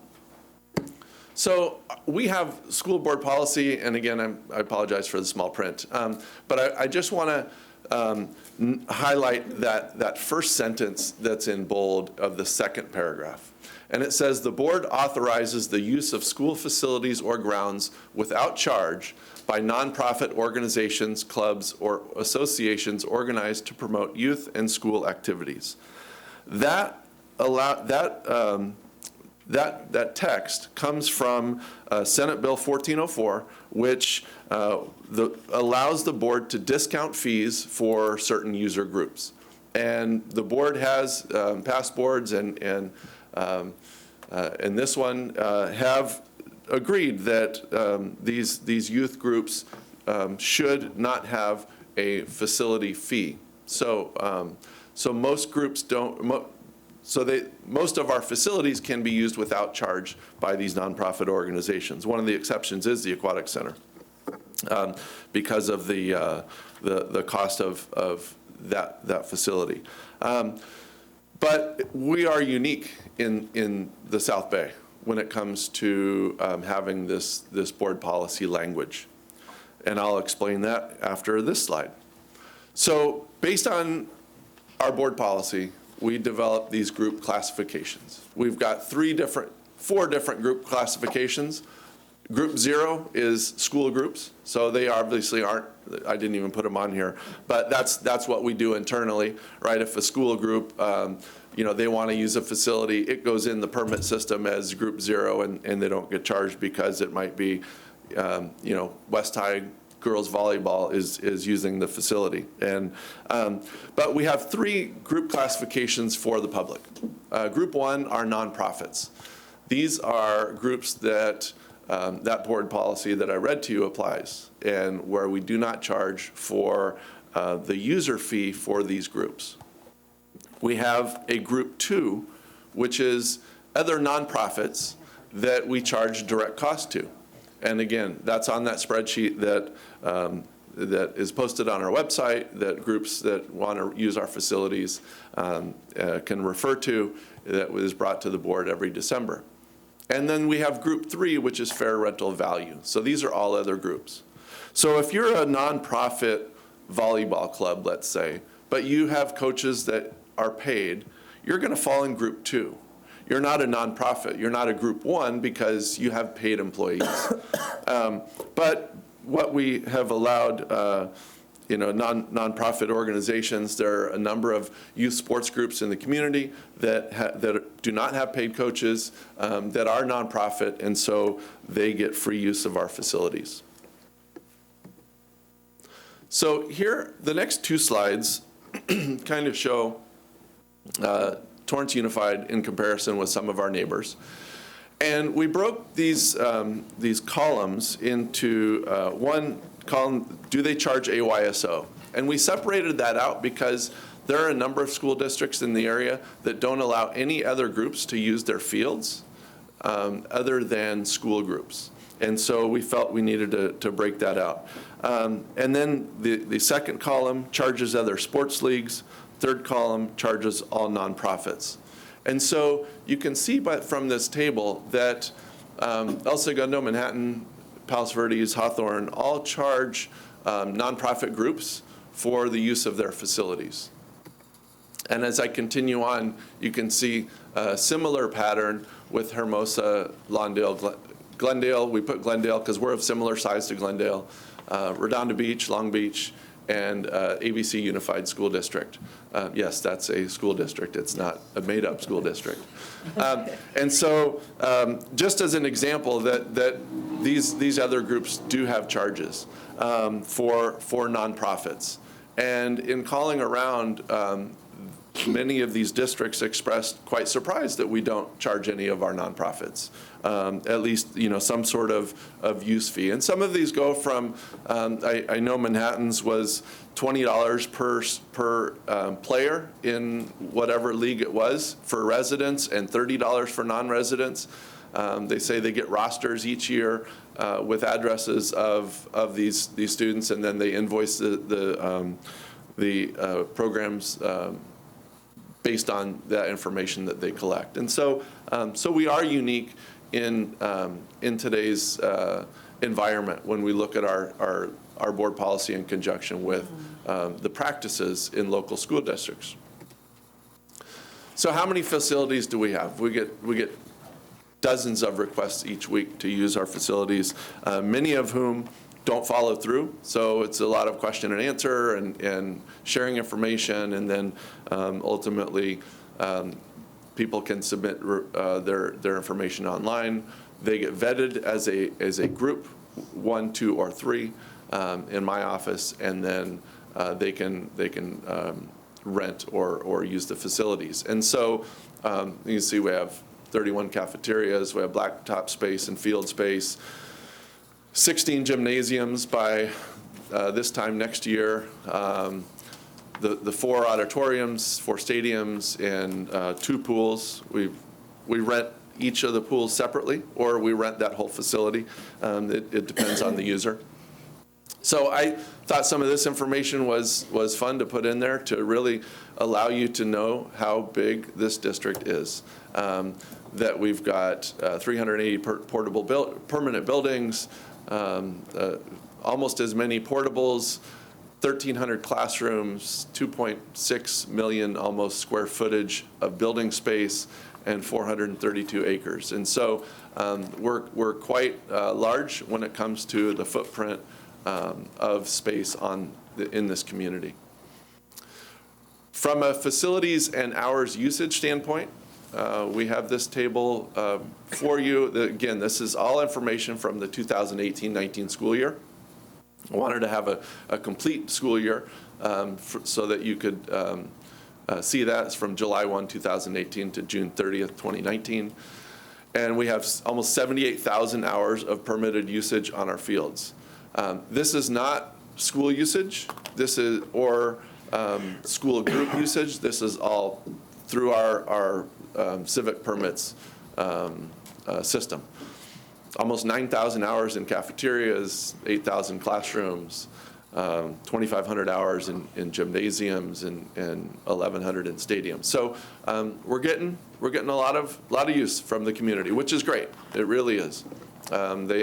They are our community centers in many ways, our schools. When we break it down by groups that have the most permitted usage, you can see that AYSO regions 15, 14, and 12 rank up there in the top 5, along with the City of Torrance Park and Rec Department. Their after-school program is broken out. That's an after-school program that uses either classrooms or multi-purpose room cafeterias at some of our schools. The youth sports, that's not just the gyms for the youth basketball, but all the practices for flag football and basketball and volleyball that the city run, the outdoor space as well. Riviera Little League uses and North Torrance and Torrance Little League for practices, and the YMCA uses quite a bit of our facility at various times of the year. So we've got groups that generate revenue, as I explained, and some groups that don't generate revenue. And so I took the top 7 or 8 off of that list. In total, we brought in that year, 2018-19, just over $1 million in gross revenue. Profit from that was $429,000. So we pay a significant amount in supervising, custodial, time. So these are our employees that are there ensuring that our facilities are being used in accordance with with the user agreements. And so our number one revenue generator last year that paid the district $183,000 and netted us $68,000 was the Journey of Faith, and that's a church that uses the Torrance High Auditorium and other buildings over at Torrance High School. So you can see there's a couple soccer groups on here, a volleyball group, 2 churches, and UK Elite Soccer that use quite a bit of our stadiums and lights. Then here are the top non-generating groups. So these are group ones, classified groups as group ones. North Star's youth basketball program, which operates out of North High School, paid a gross revenue of almost, over $28,000. But of that, we netted 0 because they're they fall into our group one. So all of these are group ones. I did reclassify for the effective this January 1st, the South Bay Peninsula Soccer League. They've been using our facilities for maybe a dozen years or longer. I found out they are adults. That's not a youth group. And so in December, so effective January 1st, they will be paying to use our facilities, because if you look at our board policy, it's nonprofits that are youth, not adults. So they'll be paying, and a couple other baseball and basketball programs. And the South Bay Kennel Club, I will be reevaluating them as well, because that in the thorough review that I've done here of all of our user groups, I don't believe that they comply with board policy either, although they've been, when it comes to classifying them as a group one. So I'm going to be reevaluating that group as well in looking at the history of how they were classified a group one. But as you can see, we have a number of groups that are paying to use our facilities, but all of this revenue goes to the personnel, custodians, and supervisors to ensure that our facilities stay in good repair. So that is the conclusion of my presentation. So I'd like to maybe take some questions from the board if you'd like, or we can move on with Larry on the field study. Let's ask questions of Tim. Anybody have any specific questions for him? Mr. Gerson? Oh, sorry, my mic was off. Mine too. We'll start with questions from the board for Dr. Stowe. Mr. Gerson? Dr. Stowe, under groups with most hours of usage, beneath the 3 top AYSO regions, I see 2 categories for City of Torrance recreation. Do those fall under our joint use agreement, or is this separate? The after school program is not part of the joint use agreement. That is they would fall into that group 1 category of free use because of the status that they've been granted with the district, but the youth sports, part of the youth sports would fall within the joint use agreement, specifically the usage of the gyms. But again, a lot of this is outside the volleyball, the field use for flag football practice, and then the outdoor courts for basketball. So not all of this is actually used. We don't know actually how many hours the city uses. We permit them Richardson after school, right? Or they have the basketball courts after school. We don't know how many coaches of the youth basketball program actually practice there, but these are the number of hours for which they are permitted to use. Thank you. Anybody else? Yeah. Oh, Mrs. Liu. Okay. Hi, Dr. Stowe. That wonderful presentation. Thank you very much. And I'm looking especially at the district policy comparison. I notice this is a great comparison for us to know what's going on around us. But were you able to find any districts any district that doesn't charge anything within a nearby area in Los Angeles County?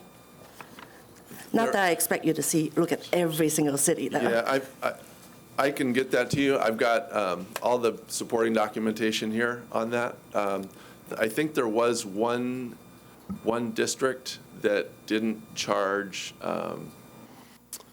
the cities. Okay, Lawndale. They paid direct cost after 6 p.m.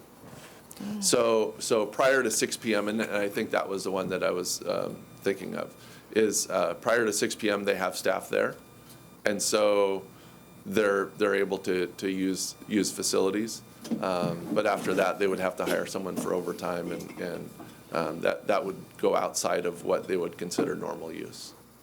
But I'll see if there's another district. But I don't think there was any that we called that had free use for that had the same categorization of groups as we do. Would you say that it's like clearly the majority of cities do charge something? Yes. Okay. Yeah, and you know, Larry's going to be able to talk a little bit more about what he sees in places across the country, quite honestly. You know, locally, to answer your question, we are in the minority when it comes to asking nonprofits to pay to use our facilities. That's great. Thank you. Mr. Hahn. So I just have a couple. Thank you so much. This is very, very helpful, I think, just so that we understand about. So obviously, our greatest asset, one of the greatest assets that we have besides our teachers, are facilities. I think, especially now that everything's brand new. And so, and I think that just to highlight why I think this is important is because my son plays. My kids play. You know, they play for Torrance High School. They play soccer for Torrance High School. And you know, it's a big difference when you play at home and you play away. And so when you don't play at Torrance High School schools or schools in certain areas, they're not turf fields. They're dirt. They're missized. They're not accurate. So that's why total home field advantage is for those schools that don't have turf fields, because they have to use whatever thing they have. And I think at those moments, our kids realize how good they have it, you know, in that sense. And so I think that, you know, these fields are important too, I think, just for the, you know, positive reinforcement for our students to realize, wow, we're lucky to be able to play on these kind of facilities on a regular basis. And so saying that, so one thing I noticed is that when you put with groups of most hours of usage, but what you did not put there that I'm kind of curious about is what is the cost? And so when we have 45,000 hours being used by AYSO, is there a cost to us? Because when I look at other places, for example, you know, you say you have like LA Galaxy South Bay. They use 561 hours. The gross revenue was 80,000, but our net revenue was 37,000. So somehow 42,000 was being paid out to someone, right? That's a cost, right? Either to site supervisor or whatever it may be. So is that true then for AYSO that there is a cost that we are taking on because of the fact that they're not paying anything? Well, so it's a yes and no question. Yes, so, okay.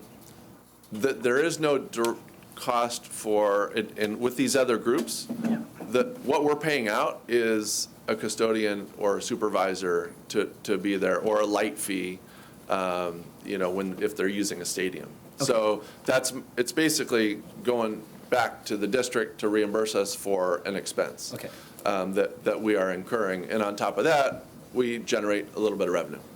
With these groups, there is no direct cost in the sense of that they don't require bathrooms. We allow porta potties for AYSOs to put on the fields during soccer season. There's no supervisor, there's no additional custodial. If there was a need for that, let's say there was a big tournament at a school on a weekend and they wanted to hire one of our custodians to leave a bathroom open, then we would charge them the cost of that custodian and those supplies. But so we're not going out of pocket to pay people for any of these groups. But you could argue that there's a cost of maintenance and repair, and the wear and tear, and that's kind of where Larry will go into the amount of hours that are used on our fields collectively, and the amount of maintenance that we put into them doesn't match. And so that, in some cases, results in additional cost to have to then maintain those fields, because of the significant amount of use that they get. Second question I had is that, do you know what drove that board policy that we have that number 2 statement in there? Was there anything that, if you remember how that policy was drafted, was there any kind of impetus to make that as a policy, a board policy? I'm just kind of curious. Was there? You mean to allow the free use? Yes. That was probably in. That was way before all of our time, yeah. Okay. We don't know the answer to that. Okay. Back then, they only had maybe one nonprofit existing. That's why they had it. Okay. It goes back many, many years. Okay. I'm sure it does. The funding was different. It was a different world then, Yes. for sure. Okay. Thank you. Is that it? Mr. Lee? We have to remember that AYSO started across the street from Jefferson School. Yes, So, I mean, we really are the alpha AYSO organization. So that may be how they got in that group way back in the beginning. Something to do with it. Question, the YMCA operates after-school programs on a number of our sites. Do they pay us for the land leases? Do they pay us for the electricity? Because I know they charge for the kids going there. Yes, so we're very unique. I had asked Francis actually to call around to other places to find out what do they charge the YMCA groups. And what we found was only one other district that she could find that actually housed YMCA on school campuses. Most of them are in parks or other community centers. So there really is no comparison, but to answer your question, yes, they pay a ground lease each year for their portables. I believe it's $300 plus or minus a month, I think, is what we get from the Y for the ground lease on those buildings. But all the utilities are all directly billed to them. They have their own boxes and utility costs. Yeah, dirt in Torrance is worth $30 to $40 a square foot if it's sold.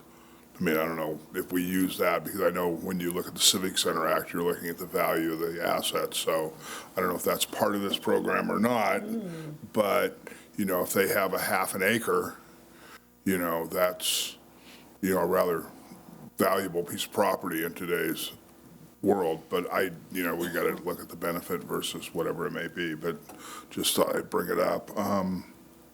The other thing was, way back when I was on the city council and even before that on the Parks and Recreation Commission, the city, recognizing that they use our facilities quite a bit, in those days would routinely resurface our gym floors in the high schools, recognizing the amount of use that they put on them due to the basketball program. In the current joint use agreement, we allow them to use the facilities for free and then charge for in fact, in the proposed agreement going forward, they're allowed to use the facilities for free, but then pay the custodial cost and other things. I guess they stopped redoing our floors, but I don't know in those days, did we provide the custodial work and everything else? Or since we're kind of going back to the old agreement before we had the current agreement, was that in an agreement? Was that quantified, or did they just, out of the goodness of their heart, periodically give us a new gym floor? I don't remember the specific details of it, but what I recollect from being the principal at West High was the city would give us the funds to buy the wax, and our custodians would redo it. So that was the arrangement that I remember. But in 2013, when we entered into the joint use agreement that currently exists, that practice was eliminated. But I don't know if it was ever formally put into any document. Is none that I ever saw. My I- understanding, Mr. Lee, is it was never formalized in a document. Okay, because It was just a handshake agreement. they would sand those floors and completely resurface them from time to time. I mean, a complete resurface, sand, resin, paint, everything. So, if we're going to go to the new agreement, I just kind of thought of it, but there is a wear and tear component on our side that isn't on their side for as far as what's going back and forth. So that may be something that, that the joint committee may want to discuss, because we're not getting, really a benefit in return. We're just charging them to use our facilities. But we're not charging them to use our facilities. We're not charging them a penny to use our facilities. We're only charging direct costs related to, and there is some conversation, there is some conversation that they're going to raise their fees for allowing for that. But in looking at the minutes, and honestly, my fault, I didn't bring it up, but there is because we're going to have 8 more gym floors with the middle schools. So there'll be a total of 12 gym floors out there that, how long does a 16. gym floor last with, or 16? 2 at each high school, plus the 8 middle schools. Oh, that's right. So, how long does a gym floor last before you have to strip it and re-resin it and do those kinds of things? Ideally, you'd do it twice a year. Well, no, that's to wax and do those things. But I'm saying sand down, completely rehabilitate. I think it's in that 3 to 5 year category. But I'm positive No, we're it's not low. doing When it, you completely take it down. and we don't do it 3 to 5 years. Yeah, it's 8 to 10. Yeah, so that's what I'm saying. So we're getting to that point to where maybe that's a conversation. I know we have set aside a sinking fund for the turf at the high schools, but maybe we need to look at a sinking fund for that, and then in turn, how we're going to fund it as we're kind of going down this path. Thank you. Okay. Thank you. I do appreciate the wealth of information here, and it's a lot of good information, and I can recognize the amount of work it probably took to pull this together. But I think this may be a beginning of an even broader process, and looking really at all of our facilities use, like the lease for the Y and the leases for the other organizations and the fields at Hamilton and their costs associated with that usage and what we're, footing the bill for or not. Right. And I mean, what's all not of included that. in this, Mrs. Reagans, as you mentioned, is the ground leases that we have for North Torrance Little League and North Yes. Torrance Girls Softball Yes. League at Hamilton, as well as Torrance Girls Softball League at Levy. Yes. Those hours are not included here. in here because it's not entered into our system in civic permits. It's a ground lease that comes to the board annually, each June for approval. So those are not included in the number of hours used, nor are the Chinese and Japanese school hours that are used at West and South respectively, because again, those are our facility leases and not part of the data that we enter into the agreement or into our system. But it seems like they should be subject to similar fee structures, in my mind anyway. So information about those would be really good to have forthcoming, especially if lease renewals are coming up too, for Okay. me. Mr. Lee? The Little Leagues are a little different because they maintain their facilities. Some we do, some we don't. There's nothing consistent about any of those, Right. which we probably need to Consistency would revisit. At least, because if we're incurring cost to operate XYZ Little League, and they're paying us $1 a year in rental, which is what those leagues typically pay us, but we're incurring cost, and they're collecting fees to play in their leagues, then, if it was completely gratis across the board, I don't want to charge them either.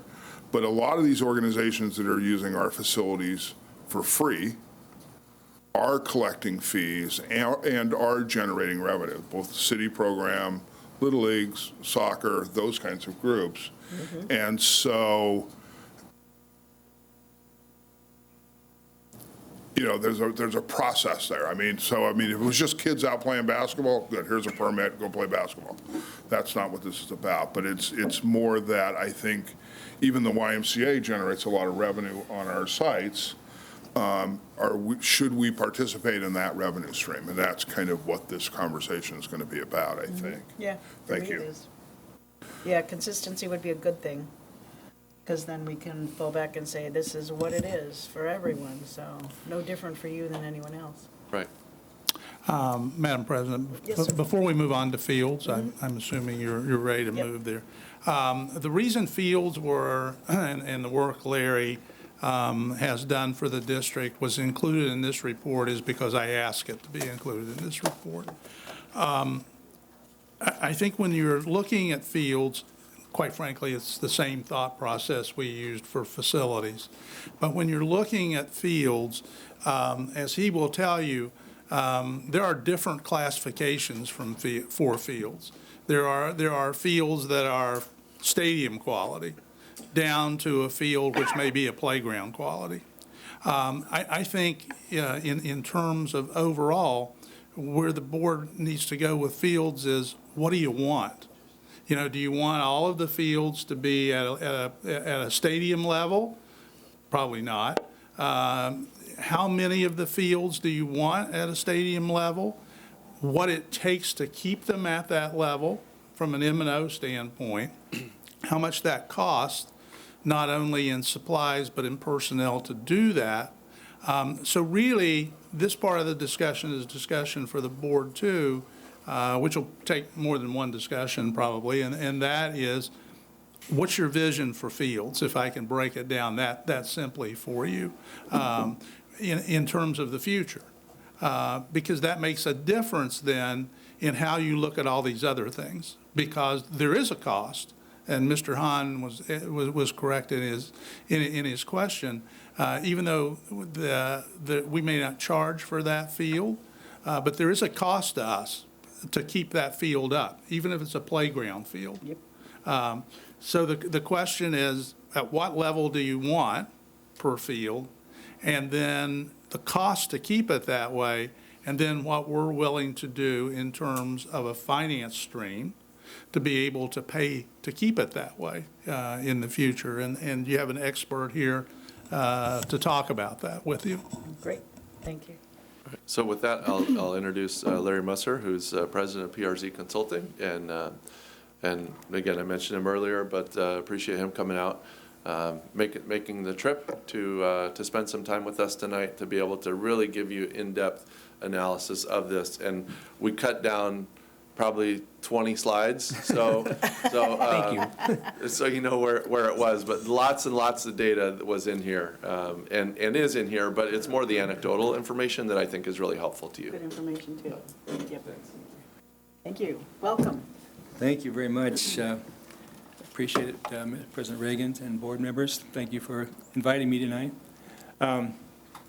Again, I'm Larry Musser. I work all over the United States for the last 30 years. I've been doing seminars on sports field maintenance. I did a 5-hour seminar this morning in Santa Ana and a 5-hour tomorrow morning out at Ontario. So it's been a long day to drive to Ontario tonight. But I probably walked more athletic fields in the last 30 years than anyone in the country. I do assessments on sports fields to help school districts, cities, universities discover what the conditions are and why the conditions are as they are on the fields. I also design new athletic fields. I helped design the new 80-acre sports complex for Lake Forest. I engineer the soils on that, and I do consulting work on that. Work with a lot of cities and school districts in this area. Anaheim schools, Los Alamitos schools, Ocean View. But anyway, long story short,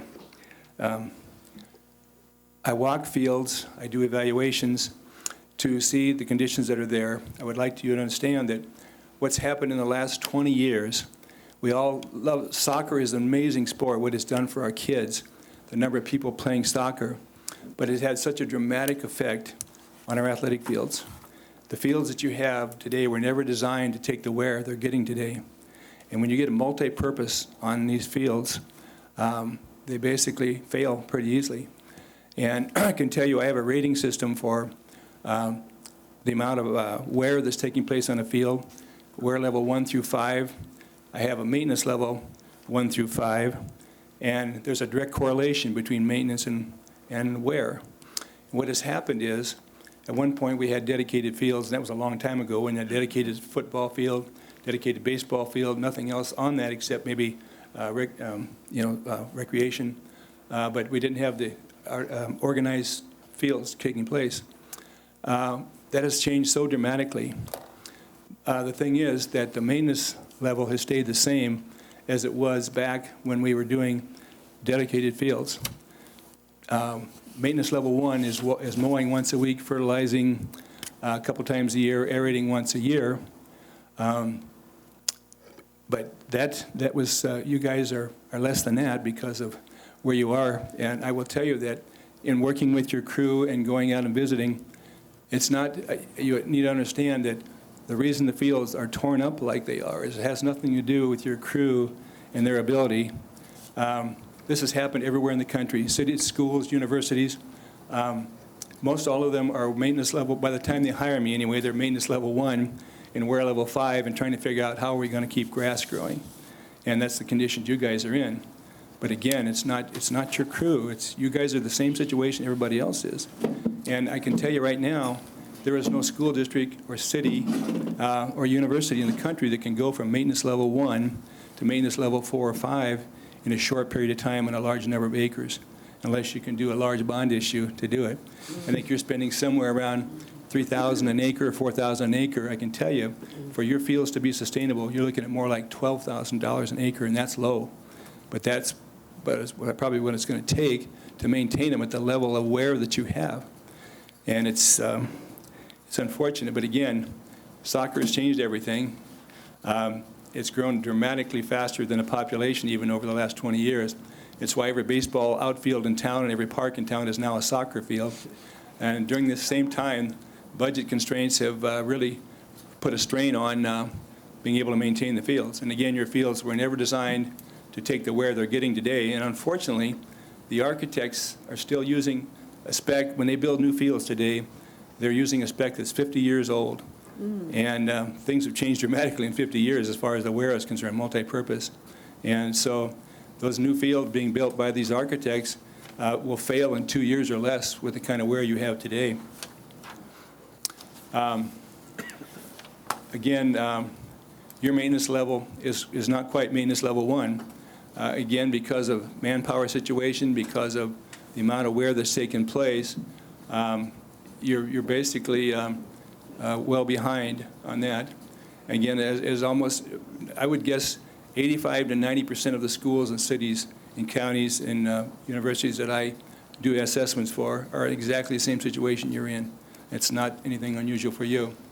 You got to grow the grass as fast as you're wearing it off. Most cities and schools are only able to fertilize once or twice a year, but they're playing on them year-round. If you're playing on Bermuda grass and then you oversee with ryegrass, you're playing 12 months out of the year, but the turf has only got nitrogen in the leaf a couple, 2 to 6 months out of the year. And so the rest of the time, the turf cannot keep up with the wear because it doesn't have the amount of fertilizer that's needed. Again, your average maintenance level is 0.83, and your wear level is 4.75 out of 5. That's your school district. And again, this is what I find, not so much your place, but I find all over. Gold mouth syndrome, where they beat it down to the dirt. Definitely seen that.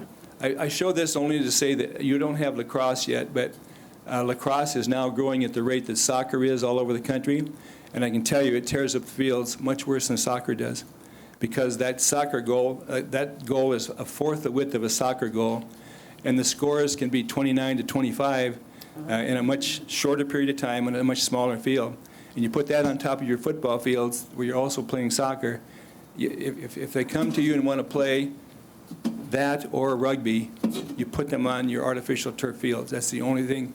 Other than that, you're going to have to pour concrete and paint it green if they want something out there that's green. Wow. This is a site that I found at Arnold Schools.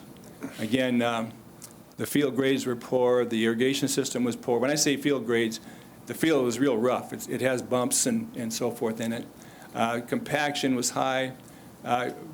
Many weeds, 30% weeds. You had clover everywhere. You have so much clover, and that's the first indication that you're not getting enough nitrogen when you have clover. And not only that, though, the bad part of it is clover doesn't tolerate any wear. It's very slippery when you play on it, and you get stung by the bees when they're out there. And I've had that happen, pulling soil samples, and I get stung by the bees on those fields. And Arnold's, the fields don't have any rest time. None of your fields do. They're played on just year-round, and even in the summertime. And fields have to have a rest. Fields like that, the work that I do is all high-wear fields, extremely high-wear fields. You got to have rest time. And this is a problem because you're so close to the coast that your Bermuda grasses that you have don't give you the wear tolerance they do. You get 30 or 40 miles east of here, and the temperatures are so much higher that the Bermuda grass requires 80 degrees night and day for 6 to 8 weeks in a row to be able to give you the wear tolerance that you need. So that's not going to work for you very well here. It's one of the things you're fighting. Your irrigation system is in poor condition. There needs to be replaced or repaired. The grades are poor with the bumps. Almost no preventive maintenance simply because it's hard enough to respond to the problems you're having, much less having the manpower to be able to do preventive maintenance, which is something you really need to do. Much of your maintenance equipment, your mowers and everything, is 15 to 20 years old, and they need to be replaced. And there's newer equipment out there, by the way, that's larger that would allow your people to accomplish a whole lot more. The mowers you have will do 11 acres an hour. I'm recommending, and I have some of the school districts I've already done assessments for, are buying a 20-foot mower that'll do 20 acres an hour. One man can do 20 acres an hour. Dramatic difference in how much work they can get done in a week's time. The fields are 30 to 40% weeds. They basically we have to get rid of the weeds. You've got to have a reliable source of irrigation water, head-to-head coverage. Many times your fields don't have because they were put in, they were old a long time ago, and so they don't have head-to-head coverage. You have circles like this. Is not one of your fields, but it's very common. And if you don't have head-to-head coverage, seed won't germinate. Put fertilizer out. Some places it gets fertilizer and some places don't. I have this I call activity weighting. In other words, it's not just how many hours a week are they on that field, but what are they actually doing? And I rate these. Walking across the field is a 1. Soccer and football are rated as 2, but rugby and sports clinics are rated as 2.5. And the point is that rugby or a sports clinic is equivalent to 1 hour of sports clinic is equivalent to 2.5 hours of somebody just walking on the grass. So when you tell me that they're giving me all the wear data right now, I multiply all those hours. Like this soccer starts on October 1st or whatever and ends in December. It multiplies this by this, if it's soccer, it multiplies it by those numbers, and it lays it out on a chart like this.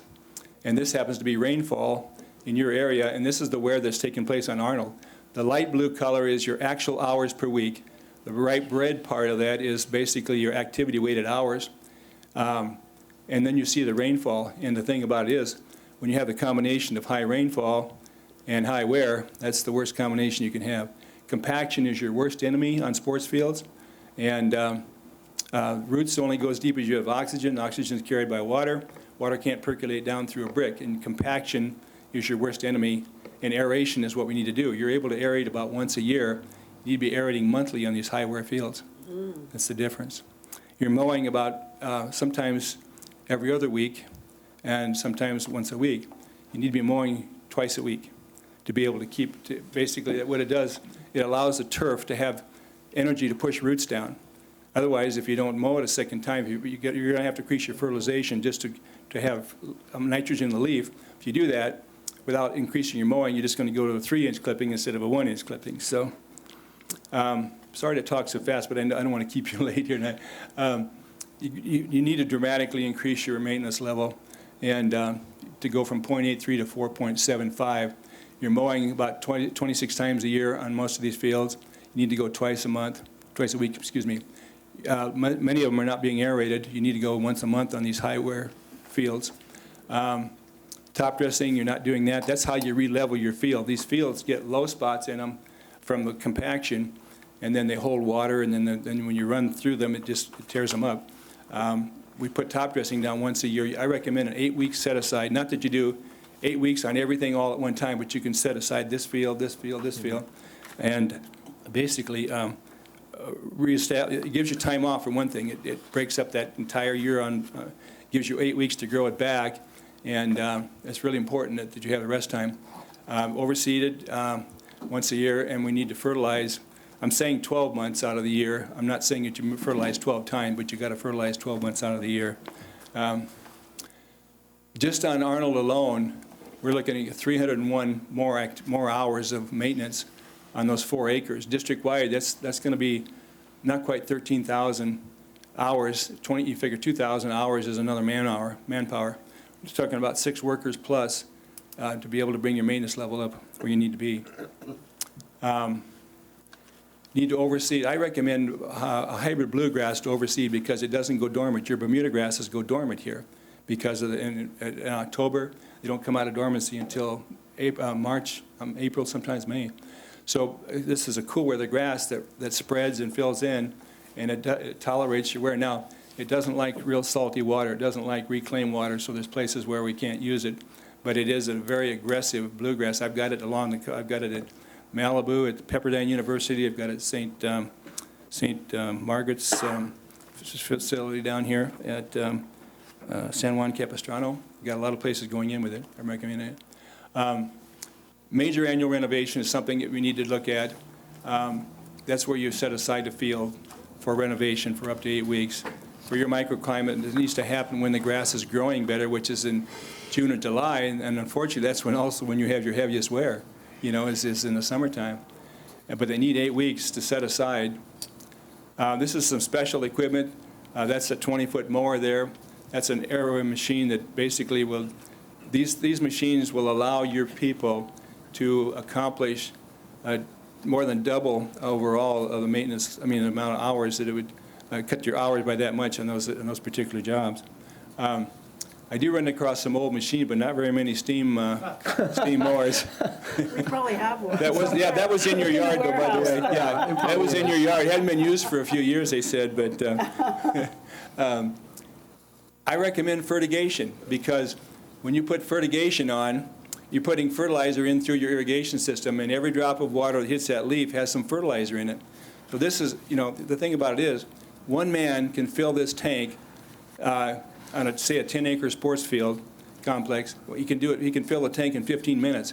It would take that same man 6 hours or 7 hours to spread fertilizer over that 10 acres. So you can see how much savings that would have.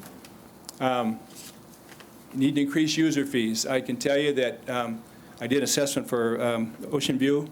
They were charging $9 an hour, and all the cities around them in the school district, Irvine and other, of course, they're further south compared to what you have. But they were averaging $45 an hour and $75 an hour for nonprofits. And so one of my proposals for them was, I was showing them by just going from $9 to $35, they could literally pay for the increase in maintenance on those fields. As many hours. They had, like you, they had a huge amount of hours that were not being paid for at all.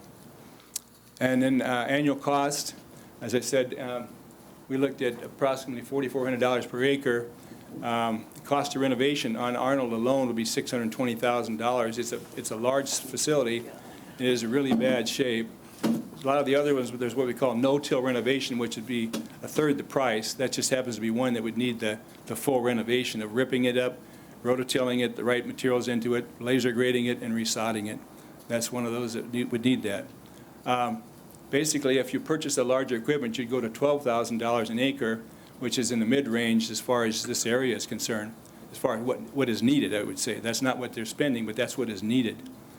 And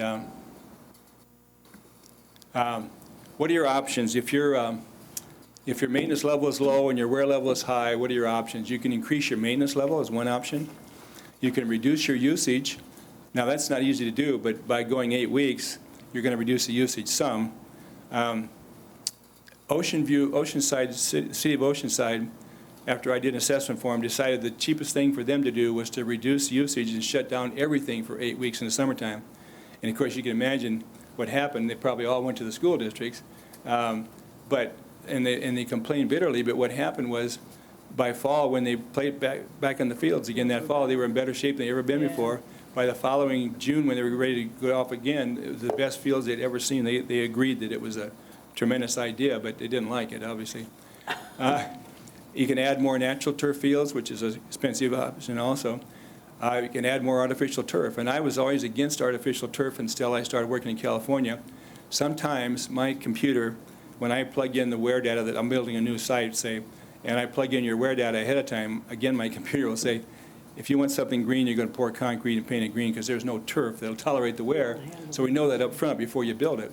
But my point is, a lot of times I use artificial turf as a tool to take as much wear as I can. You always light it. Wherever you put artificial turf, make sure it's lit so that you can play it the late hours on it or whatever you can. Put as much as you can to take the wear off the natural turf fields so you can cut back on the maintenance level of the natural turf fields. Increase user fees to offset that above that amount.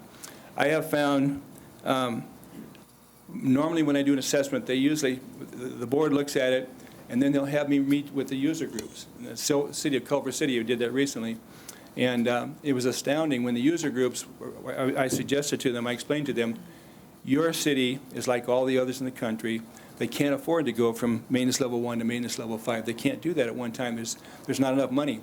If you can help us, here's what I suggest, that we do a head charge or an hourly rate, whatever we end up doing, that goes directly to maintaining the fields. Because unfortunately, so much of the money that comes in is used for budgets for everything else, but earmarked. And I have discovered that these user groups, when they realize that the money is going to be used just for earmarking for maintenance, they go for that, and it's amazing. I saw a case where a city was going to build 3 soccer fields. They couldn't afford the third one.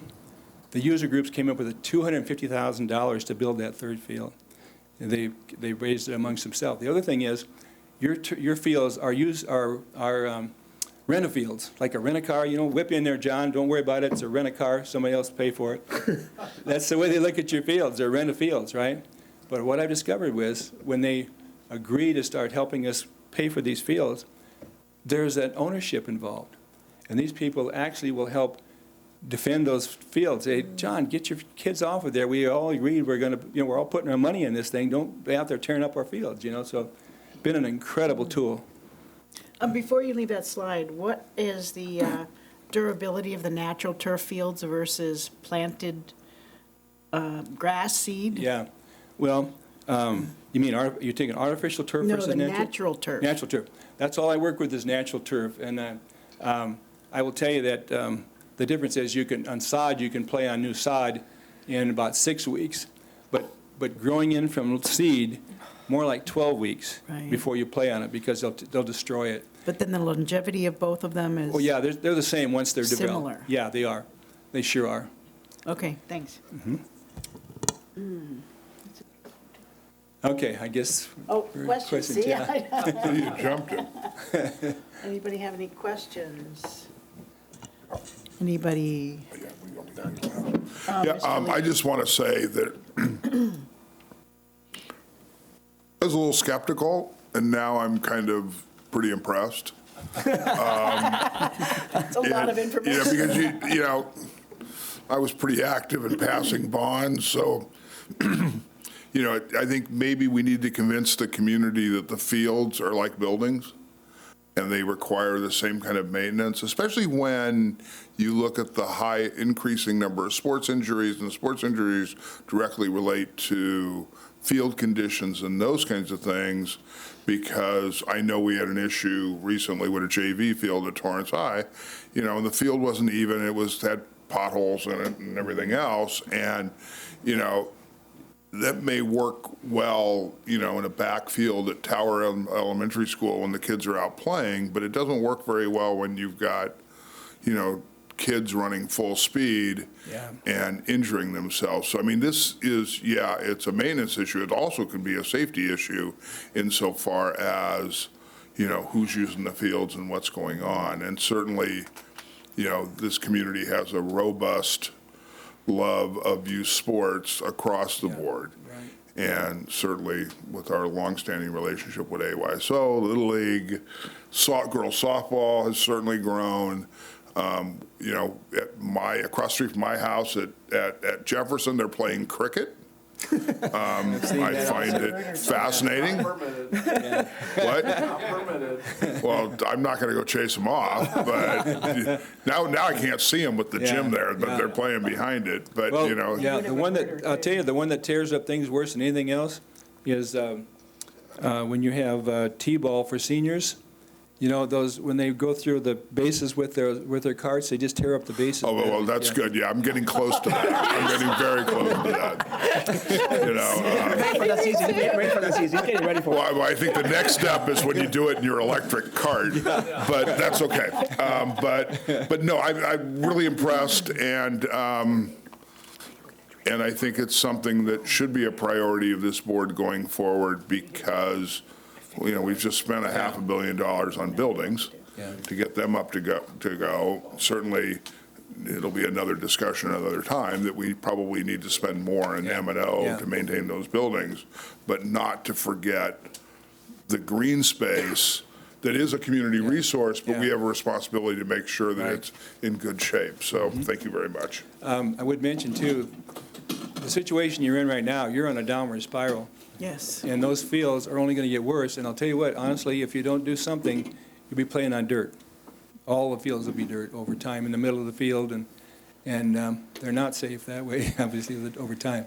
Anyway, any other questions I can answer for you? Yes, actually, Mr. Hahn. So again, I want to reiterate what Don said. Great presentation. I think that it just brought validity to what I've already saw and experienced on the fields. I think that now that I have numbers to validate what we see is not understood in terms of technological or scientific terms, like that helps a lot. And so just recently in Wilmington, our club just planted two new fields.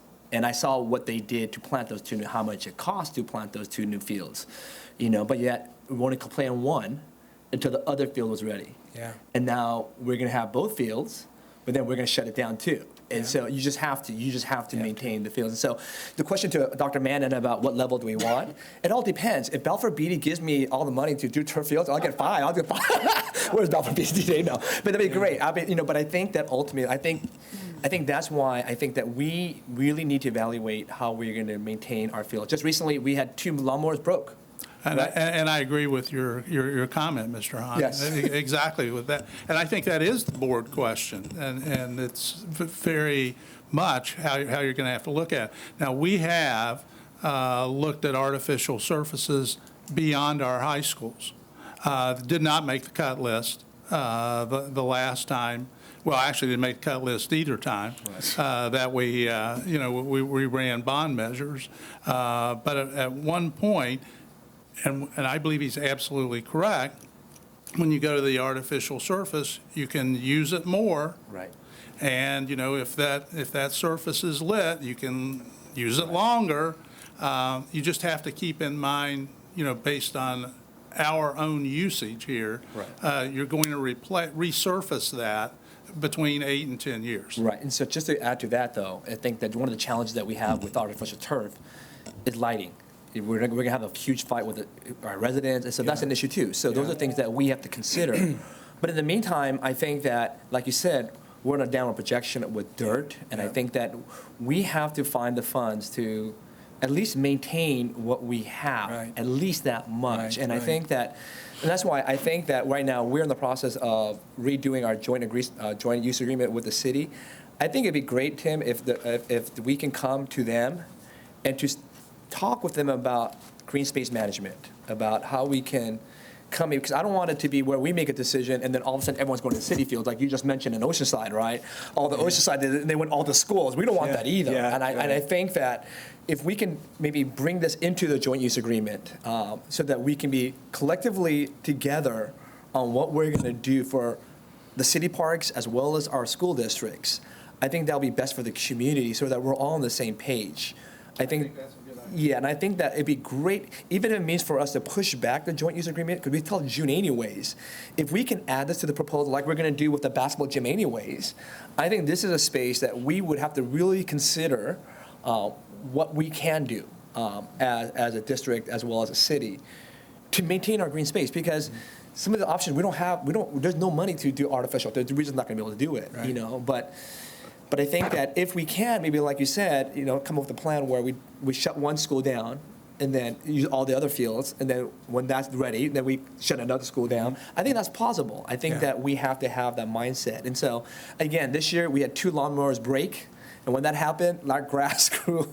Yeah, I remember how that was, and that was no good either. So if we can, since I'm on the joint use with Betty on that, if we can bring that before the city on our next meeting, I think it would be good, so that we can have something in play, so that we can present to the community. At least for discussion. At least for discussion, yeah. I would suggest to you, I recommend the school districts look at their athletic fields like you do your swimming pools, your lighting on the stadiums, your parking lots, asphalt. You have to spend money every year on those to maintain them, or they've, No, we don't. We got a parking lot that's 50 years old. We don't do that. You don't? Okay, all right. But you're right. Yeah. Yes. Yeah. Thank you so much, by the way. Thank you. Thank you. Anything else? Yeah, I just wanted to respond to that I would endorse doing that too, taking it to the joint committee, as long as it's not seen as a requirement that we follow their Yeah. recommendations when it's brought back, but sort of as an advisement. Yeah, part of our discussion. Mr. Gerson, you had something? Thank you. Thank you. Amazing presentation, and your experience comes through. And I know how amazing your presentation was because you answered 2 of my 3 questions over the course of the presentation. Yeah, right. So, because I'd made some notes. You talked about appropriate rest time. One of the things that I wanted to ask you about, which you did cover, is the relationship between school districts and those entities that use the fields and the ownership of it. That charging fees isn't the only approach, that there are other approaches, and you talked about some of the benefits of when those groups are a part of the solution and take ownership of helping to develop those fields. We also have a changing makeup of Torrance. We know that, is it 31% of our students are 36% are low income? Low income? Low. I knew you're thinking. Actually, I'm wrong. That's unduplicated. It's 33. Okay, 33%. We have a growing population who are in the free and reduced lunch, in lower SES categories, and these nonprofits offer the opportunity for all the benefits of whether, through athletics, through team building. And, I think about the same thing as the YMCA and the programs that they offer. We do offer them discounts, but they are nonprofits. They don't walk away with additional money at the end. In fact, we even saw a presentation recently on how much money the YMCA gave back to low-income families to participate in programs, and we're part of that partnership. So when we were talking about the lease agreement with the YMCA and their facilities on campus to help with childcare, these are working families that need that, and so we're providing something that does have a benefit that is measurable and immeasurable both. And when I think about the field usage and what AYSO and Little League have done for our community, I didn't move into the city of Torrance until I was 12. However, I was in the city strip, and until my mom got remarried, we were in that low income.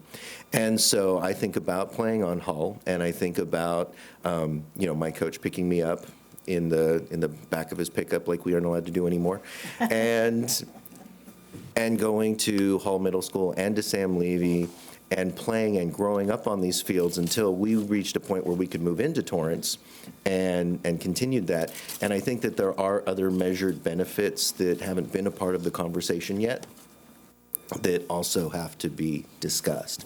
So I was glad that you brought up that rather than just going the fee route, there are other routes of talking with the entities that use the fields to see if there are other beneficial ways or other solutions that they may have.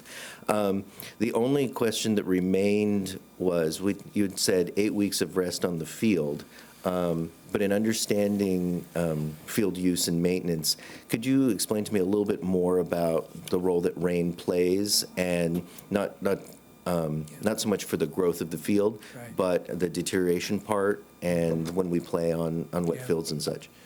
Compaction is your worst enemy. And compaction takes place when the fields are moist, excuse me, when the soil is moist. Hold on just a second, I'm sorry. I've been speaking for 5 hours today already. I'm needing a little moisture here. The point is that compacted soil has a couple major effects. One, it uses a lot more water because the water hits that compaction and goes up instead of down, instead of into the soil. The other thing is, there's about a dozen things that happen to turf grass when it's growing in compacted soils, and none of them are good. They all basically cut back on the ability of that turf to tolerate the wear. What you need in your field, you need about 6 to 8 inches of roots. You have 2 inches of roots on your fields, 2 to 3. And so by aerating on a monthly basis, as I'm recommending, you will have the deeper roots, which will give you more wear tolerance. But rainfall does affect them. And again, you have a combination of heavy rain in the fall over the winter when the Bermuda grass is dormant. So when you play on dormant grass and you're compacting it at the same time, it's a double whammy on your Bermuda grasses. So, what's the usual metric that we would look at to know when the ground is good to be used again? Good point. It's based on the soils, and I can help you with that. The heavy clay soils, literally, like you have in some of your fields, sometimes it may take 6 hours before that field is ready to play, 6 to 8 hours, maybe a day. A sandier soil, a couple hours sometimes. But the user groups need to be aware that if they pull up and there's a red flag up, that means that no play that day because of rain. And that's another thing about having a user group. I recommend a committee, put a committee together where they are part of that committee, and they help, supposedly they help recommend how that money is spent. Now, there's bylaws, you can't buy bases with it or hats, but only maintenance equipment, outside maintenance usage, equipment, fertilizer, top dressing, so forth. All those things are part of that. But what happens is that user group, again, will help make those decisions for you, and they're willing to, you can train them. Here's why we need to set the fields aside for 8 weeks, and they'll agree to that once they see that. Here's why we need to shut the fields down after rain. They realize once they're participating and spending money, their money, realize what it's going to take to maintain that field, why they need to set it aside for a period. So it's a training thing as well. But that has worked very well, having committees like that. Just a thought. Thank you. Okay. Mr. Lee. You know, this is an interesting discussion, one that we had probably 10 or 12 years ago when we started the bond process, because these are community assets. There's without a doubt the community's paid for them, they're community assets. But our funding source to maintain and activate these assets come really from one source, and that is from the state of California. And we receive funding to educate children to the ages of kindergarten and 12th grade. And to the extent that we have fields that fit that need of recreation as part of our education process, that's why those fields are there, and for the high school levels and stuff, for sports participation and those kinds of things. So that's kind of how we get funded and what we need to do. And as an adjunct, if we're not using the fields, then the community can use them because they are a community asset. But I think, as you brought up, and I think as I think about it more and more, those fields were set up for when I was a kid around the corner from Jefferson, and we'd go over there and have a pickup baseball game, or, when I grew up, there wasn't soccer. And, we'd have a pickup game, or we'd do this, or we'd do that, and that was kind of what that was for. That certainly has evolved in the last 50 years. And I think Mr. Hahn brings up a good point, because this is a community asset. So we have a partner in this, and this is, whether we want to recognize it or not, the city is our partner, because when AYSO is not using our facilities, they're using the city's facilities and parks and those kinds of things. To the extent that we could come up with a joint plan in which to use all of these facilities, if we had to take a field and make it 8 weeks fallow, to use, I think, a term I remember in school, then we could use their facility for our users, and vice versa, and come up with a coordinated plan. I think that would benefit the entire community. I think Mr. Hahn had a good idea in looking at doing that. But then to go one step further, though, because, I'm a believer that this was not the intended use when these fields were used. Were built. These were not the intended uses for the level of use that we're using.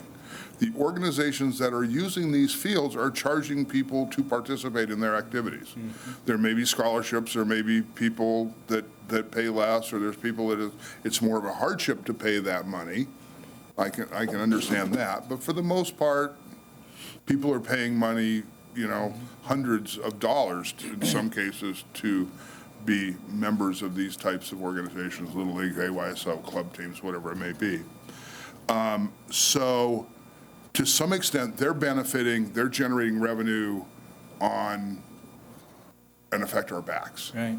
Now, the city, on the other hand, they get money from many sources, whether it be sales tax, whether it be property taxes, whether it be state bond money for parks, whether it be money for transportation. They have many different sources of revenue and many different missions within their chart of work, one of which is to provide recreation for the community. So to the extent that we can come up with something that benefits the whole community and benefits the school district and benefits the city, I think could be a win-win. And I think, again, what Mr. Hahn was talking about is probably the best path to go at the time, because I know the city's leaving their fields fallow. They're doing that as they go through their processes. And to some extent, that pushes some of that use onto us. And so we're not getting the benefit of it. So to the extent of making it, having equity for the community, we maybe need to have that conversation as well.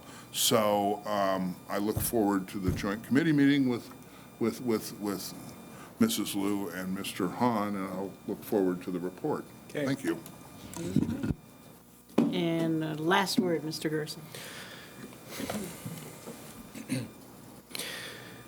Revenue generation is different in for-profits than nonprofits. In a for-profit, you generate revenue with a bottom line at the end that you walk away with profit that's shared amongst the shareholders or the partners of the entity. In a nonprofit, there is no profit at the end. You balance out at the end. So when my son signs up for soccer in this case, he gets a uniform and a picture, and probably buys a uniform for one of the referees who are going to be doing games. So that guy gets, is volunteering his time. He's going to get a uniform. That's nice. And then the board maybe will get a nice dinner at the end of the year based on the fees they collected. And they're putting money aside for repair of bins. They're putting money aside to buy balls and to buy nets and to buy flags. And when we talk about revenues, these aren't companies generating a lot of money that they're hoarding and storing. They're supposed to have a low balance, just like a PTA. You should carry over so much from year to year. So I have a hard time comparing. I don't feel like we're comparing, apples to apples. And going back to the generation of an increasingly a population within that our population of low income is growing. These aren't people who are signing up for the fancy clubs, and they're I don't know. There's still a community benefit that I don't hear being reflected in any other comments. So I just don't want to compare the for-profits to the nonprofits. And I don't disagree with you, but it's cost allocation, because if we're incurring, and then again, I kind of come back to, because I spent a lot of time thinking about this over the last few years, we have one job to do: educate kids K through 12. Anything that gets in the way of that or cost money that takes away from K-12, I want to be reimbursed, because it takes money away from 23,000 kids. So when I look at it, it's not that it's profit generated. In fact, it's not profit generated at all. What it's generating is to allocate the correct cost for the correct use. So if I didn't allow AYSO on my fields, I could use my same level of maintenance and have functioning in good shape fields. If I allow Little League, AYSO club teams and other people to use the field, in effect, every sunny hour of the day, then that's going to, that increases our cost, and be able to recoup those costs is fair from those organizations that are using them and generating revenue. So it's more a matter of, it isn't profit, it's more allocating the cost. But we're not, because it goes back to Dr. Mannon's original question, which is, how pretty do you want the green to be? Currently, it's not costing us additional. The fields are deteriorating, but they always have. And rather than going out and partnering with entities and saying, how do we maintain and improve this condition for the benefit of all, we're only talking about the profit and the charging and we have to do it all ourselves, and it feels very strong-armed. Well, can I just add to that a little bit here? I think that, and I appreciate your concern. I think, first of all, I think your first initial understanding of nonprofit is misguided. I think it would be to say that these organizations do not have healthy reserves, I would say is misguided. I would say they do have very healthy reserves. Nonprofit does not mean that you cannot have reserves. Like, I run nonprofits. My church is a nonprofit. I opened an alliance, and that's a nonprofit. And we rolled over. If we don't spend it, it's fine. You can just roll it over. You can allocate those funds and still, because no one's profiting from it. I'm not profiting from it. An individual not profiting from it. It's going back to the organization. That's why they're nonprofits, right? There's no individual, right? And so that's why, for example, some organizations who are nonprofits were able to build light poles at Redondo Beach, which cost over $200,000. Where did that nonprofit get $200,000 to put lighting at their fields? Correct. So you're supporting my point that they can be partners and therefore assist in whatever the project that's fine. is. If that's what they want to do, I think that's fantastic. I'm not saying, what we're saying here is to at least have the dialogue, right? The understanding right now is that, we're talking about, like, even with the whole basketball flooring, right? There was no stripping. Once they did it once for us, and that was it, And so then all of a sudden we're back to where we have to do it ourselves. One of the things that I realize is that it's like, we built these wonderful facilities, but he's right. I think Don's right that we have to pay to maintain these facilities out of one fund, out of one state fund. So it's kind of funny. We built these things, and now we're like, oh crud, we got to keep now, maintaining these things and upkeeping these things, right? And so that's our responsibility. And I think that, again, if our partners, my point is, we're not going to strong arm them. We're saying, hey, we got to have this dialogue. We got to have the dialogue so that they understand that our fields are deteriorating. And you can't say, well, yeah, of course they're naturally deteriorating, but not at this pace.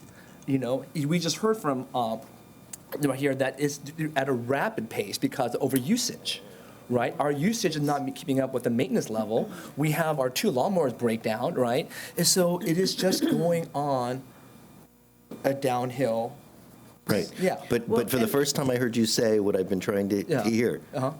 You're willing to have a dialogue. Well, But and actually, that was that's, always I was our- going to stop you yeah. guys, because we're Yeah. not going to solve anything here Yeah. and now. And in fact, starting the dialogue is why we're doing this presentation, to get the information to go forward and talk about this further. And I'm kind of in between both sides, because I see it as a cost-sharing sort of a discussion, and how do you come to some sort of middle ground where all entities are served well. So can we can we move on and? You got a joint committee let it meeting, I go? think. Let it go. And see what the joint committee Isn't there a comes Disney back song with. about that? Let it go. I hear it at my house. I don't know exactly what it is. And we thank you very much for your work as well as for the presentation. Very knowledgeable all. and Thank you. and informative. Thank you. Okay, now we're going on to oral communications. Is that correct, everybody? You've been going there for a couple of hours. I know, an hour later, and we're now going on to oral communications for unscheduled hearings for non-agenda items. And I do need to read a little bit in terms of instructions. The Board of Education welcomes input from the public in order to discuss district business in an orderly manner for the privacy and safety of the speakers and to help staff respond more directly.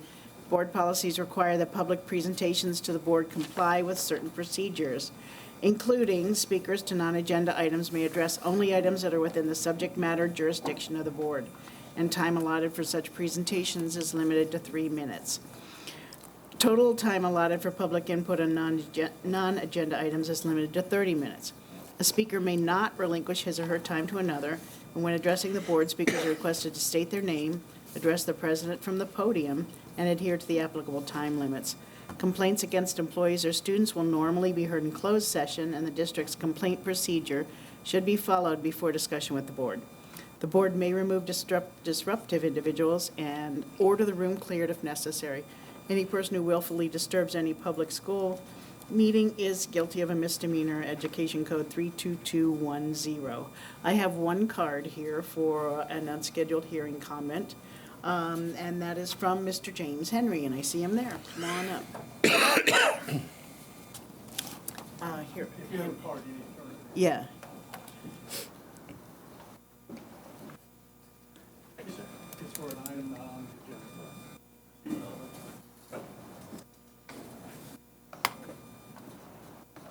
Go ahead, Mr. Henry. We'll listen.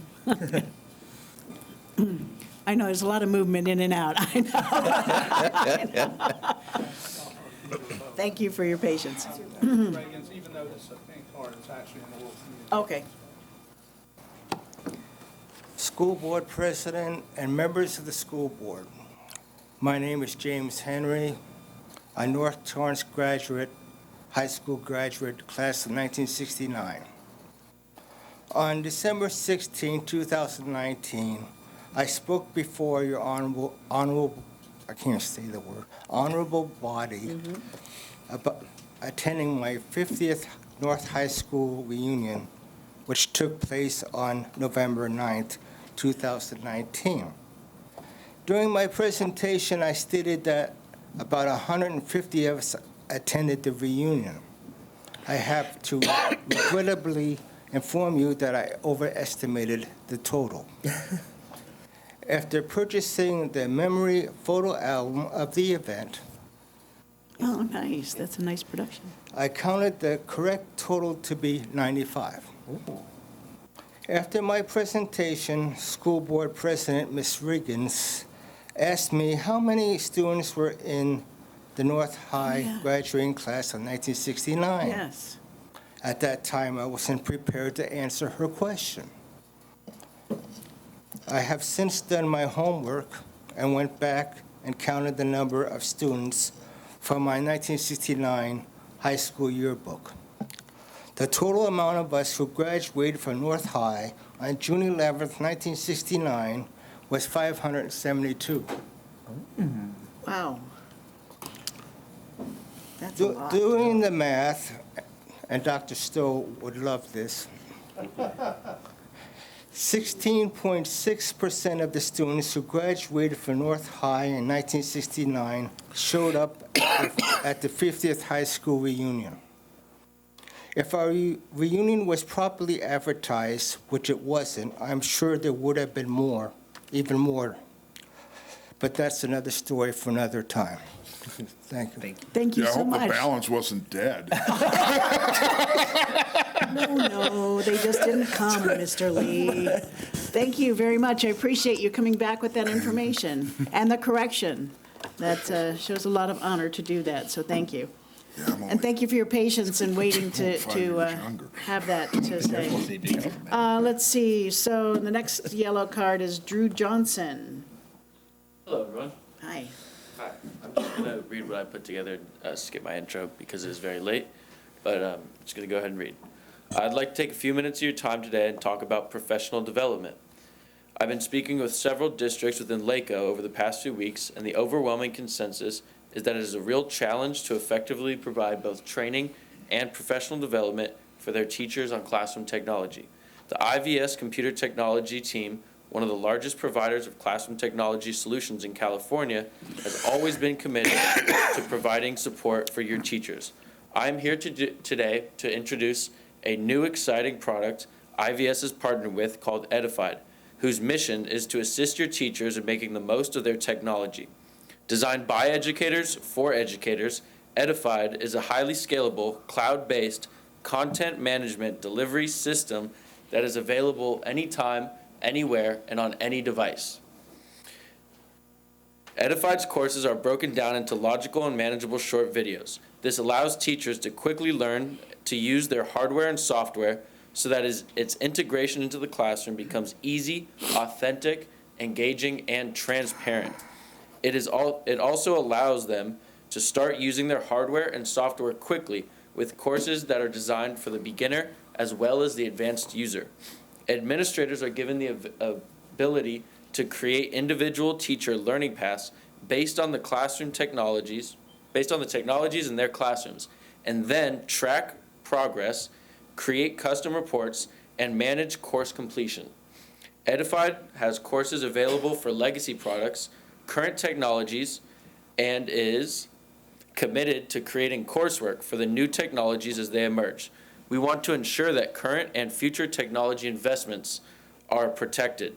We currently have courses on top manufacturers such as Smart, Promethean, Newline, Epson, Hovercam, G Suite, Apple, and Microsoft, just to name a few. As a professional development tool, teachers love it because it allows them to fully understand and work with their classroom technologies as they learn at their own pace. While administrators love it because they have the freedom to create and monitor learning paths that are specific to the district's technology adoptions. As classroom technology continues to grow and evolve, Edified will be there to help you keep the pace. And best of all, it is extremely affordable. Less than a single professional development workshop.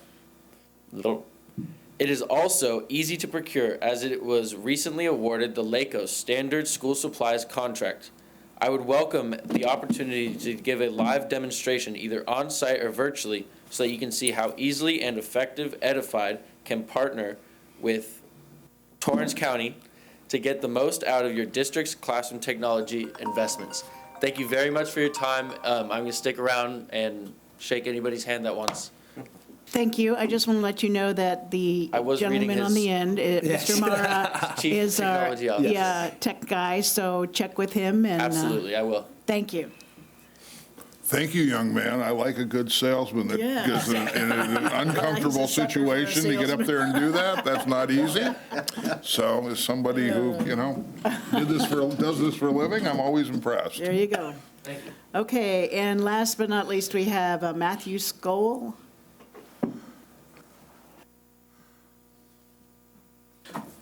So good evening, President Reagans and board members. My name is Matthew Skoll. I'm the Regional Commissioner of AYSO Region 12 in the South Torrance area. We have about 800 participants in our region.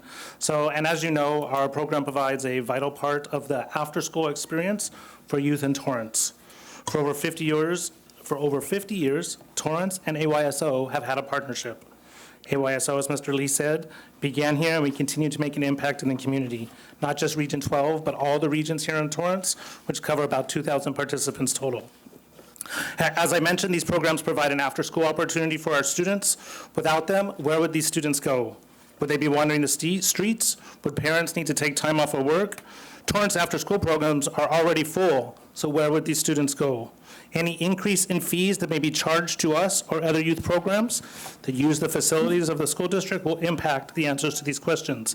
And as you mentioned, there's already 33% of the students in Torrance on free or reduced lunch are socioeconomically disadvantaged. We don't want to hurt them anymore either. And I'm sure that part of our, not only is the job of the school district to educate kids, but we know that those extracurricular activities also are very important to the overall development of kids. And having facilities after school available at the current rates that were being charged help with that. I want to thank staff and PRZ Consulting for their presentations tonight. I was a little bit concerned or questioned a few things. There was a lot of talk about the concerns with costs that were involved in all the fields and the usage. Somewhat concerned that the consultant fee was over $40,000 for the presentation that took place tonight. And one of the things that was said in the presentation was that every baseball outfield and park in town is becoming a softball field. Well, the exact opposite of that is true in Torrance. There's rumors that you may turn the soccer fields in North Torrance over to Little League fields. South High just took away a bunch of open grass space and turned those into baseball and softball fields. And actually, our registration numbers and across all of AYSO, our soccer numbers are down instead of going up. And actually, I think the fields are in pretty good shape. Saying that they're not in great shape, we don't get that complaint. The maintenance is doing a great job, staff is doing a great job, and I think we do take great pride in the fields. We're out there helping, we're cleaning them up, we're taking care of them, we're making sure they're in good shape, just as good a shape when we get there as when we leave. One of the comments also that was in the presentation was about the costs of the different facilities that are used. And one of the things that it did not mention in the presentation was the number of facilities that did come up later were turf fields. If you go back and look at that first presentation, you'll see that Redondo and El Segundo and Hawthorne all charge their AYSO leagues for their fields. They all use mostly turf fields, all artificial turf fields of one sort or of another. All the fields here are natural grass. You saw the information about Arnold. Please don't forget that there was construction at Arnold, and all the material that was used for construction was left on the grass for almost a full year. So that probably impacted the condition of the field over at Arnold. Questions about how sharing the field would work with multiple organizations if we use them at the same time, and whether or not there'd be double dipping of the funding that comes in. The presentation mentioned there'd be a cost of $620,000 for Arnold. To take care of the maintenance. That's somewhere in the neighborhood of $18 million for the entire school district. I'm not really sure where those funds are going to come from. Let's see. Your time's actually up. Okay. And I just want to say that I hope that you folks are willing to have the discussion that we've started this evening with us. So when would be the meeting that I could attend? We will figure that out as we move forward. Okay. But we will make sure to inform AYSO, I guarantee you. And just real quick, we are a nonprofit. Our budget only has a surplus of $1,000 for the current year. Okay. Thank you. Thank you for your information. What do you have? Okay. Anybody else? That's everyone. Okay. We are going to move on to our discussion action items, and the first of those is the approval of a science textbook adoption for 2020. Dr. Krempe. So I'm just going to invite everybody up and forego the introduction. Thank you. Fine. I think they look familiar anyway. Yes, they're all very familiar, and they've been Yes. waiting a long time to be able to be here tonight. Yes, thank you for your And patience. thank you so much for giving us this opportunity. And I will go very quickly because their voices are the most powerful ones here tonight. But to let you know, the three leaders that have facilitated this whole process are Marissa Stilatano, Tara Black, and Amy Argental. And you're going to get a chance to hear from our teachers who represent the core of all our elementary schools, middle schools, and high school science teachers. And so I'm going to turn this over to Nikki, and we'll get things started. So, good evening, school board members and my esteemed colleagues from TUSD. My name is Nikki Chambers, for those of you who haven't seen me up here 300 times. I'm a science teacher at West High School, and I'd like to introduce my co-presenters, Allison Williamson from Riviera, Amiwa Yoshihara from Walteria, and Lucy Doty from Birtland Middle School. We are here to give you a succinct summary and recommendation of the materials that we would like to adopt for our forward movement with teaching science at Torrance Unified School District. We have gone through about a year-long process of review and selecting materials, started about a year ago with an instructional materials fair, at which we had the opportunity to review all possible potential publishers of materials.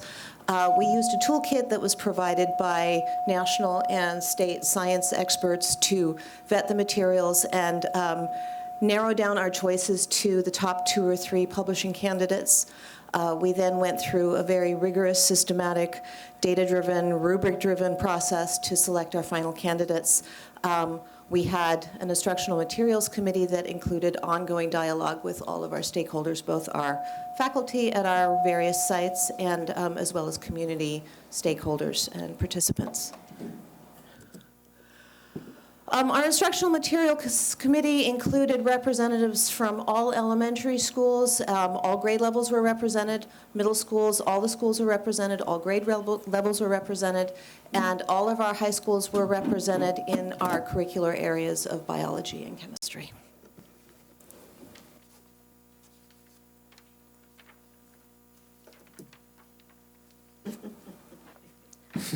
Good evening. Each of the 4 rubrics was used to evaluate each publisher. Teachers were organized in multi-grade school site teams, and then each team did a deep dive into a single lesson, and all of the teams worked collectively to be able to cover a full unit collectively. Each of the top publishers were reviewed with the same topic, so we may be able to compare the topics and the standards. Rubric 1 was where we looked at the alignment of the foundation of NGSS, the Next Generation Science Standards. We looked at the 3 dimensions, which are science and engineering practice, disciplinary core idea, and cross-cutting concept, I got it. phenomena-driven, and logical sequence. The second rubric looked at student work, and specifically, we looked at the 5 E's. And most importantly, we were looking at what were students doing and how were they thinking. The third rubric we used looked at student assessment, and specifically, we looked at the alignment to NGSS and the quality of the formative and summative assessments. And the last rubric, rubric 4, we looked at teacher support, and we looked at how the components supported the teacher with instructional decisions and the implementation in the classroom, but most specifically, how it also related to the items that we reviewed for rubric 1, 2, and 3. Good evening. So information about the adoption process and findings were communicated to site members during site staff meetings and collaboration times. This facilitated the opportunity for site members not on the committee to have conversations about the process and findings, as well as having questions answered and addressing any concerns.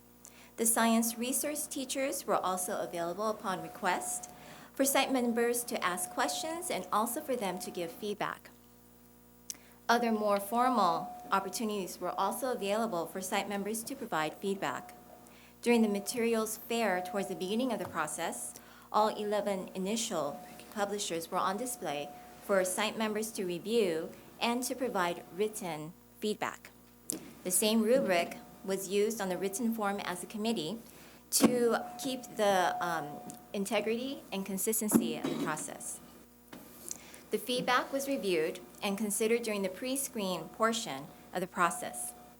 During the paper screen portion of the process, the top publishers provided materials for all site members and grade levels to review and also to try. The sites provided their feedback on an online survey.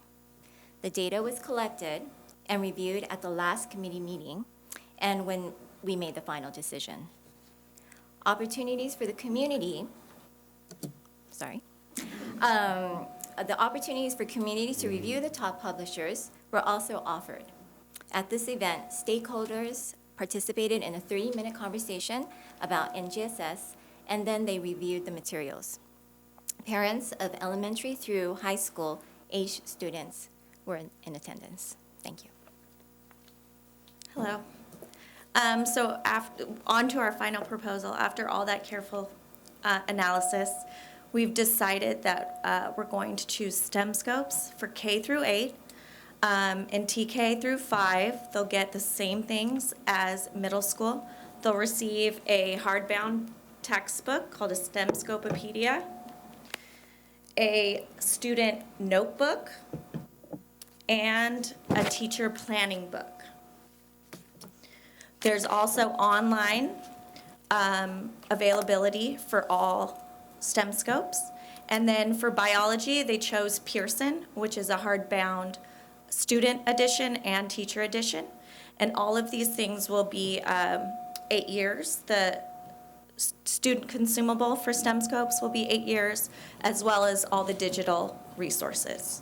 Chemistry is still pending because of further resources. So they're going to keep searching for the right textbook for them. So our next steps are to start our training and order the materials. That'll be in spring. With that, teachers will get all of the provided materials I just showed you for STEM scopes and what I discussed for biology. And as of right now, we all have access to the digital materials online. And for chemistry, earth science, and physics, they're going to continue the process, the adoption process, for the 2020-2021 school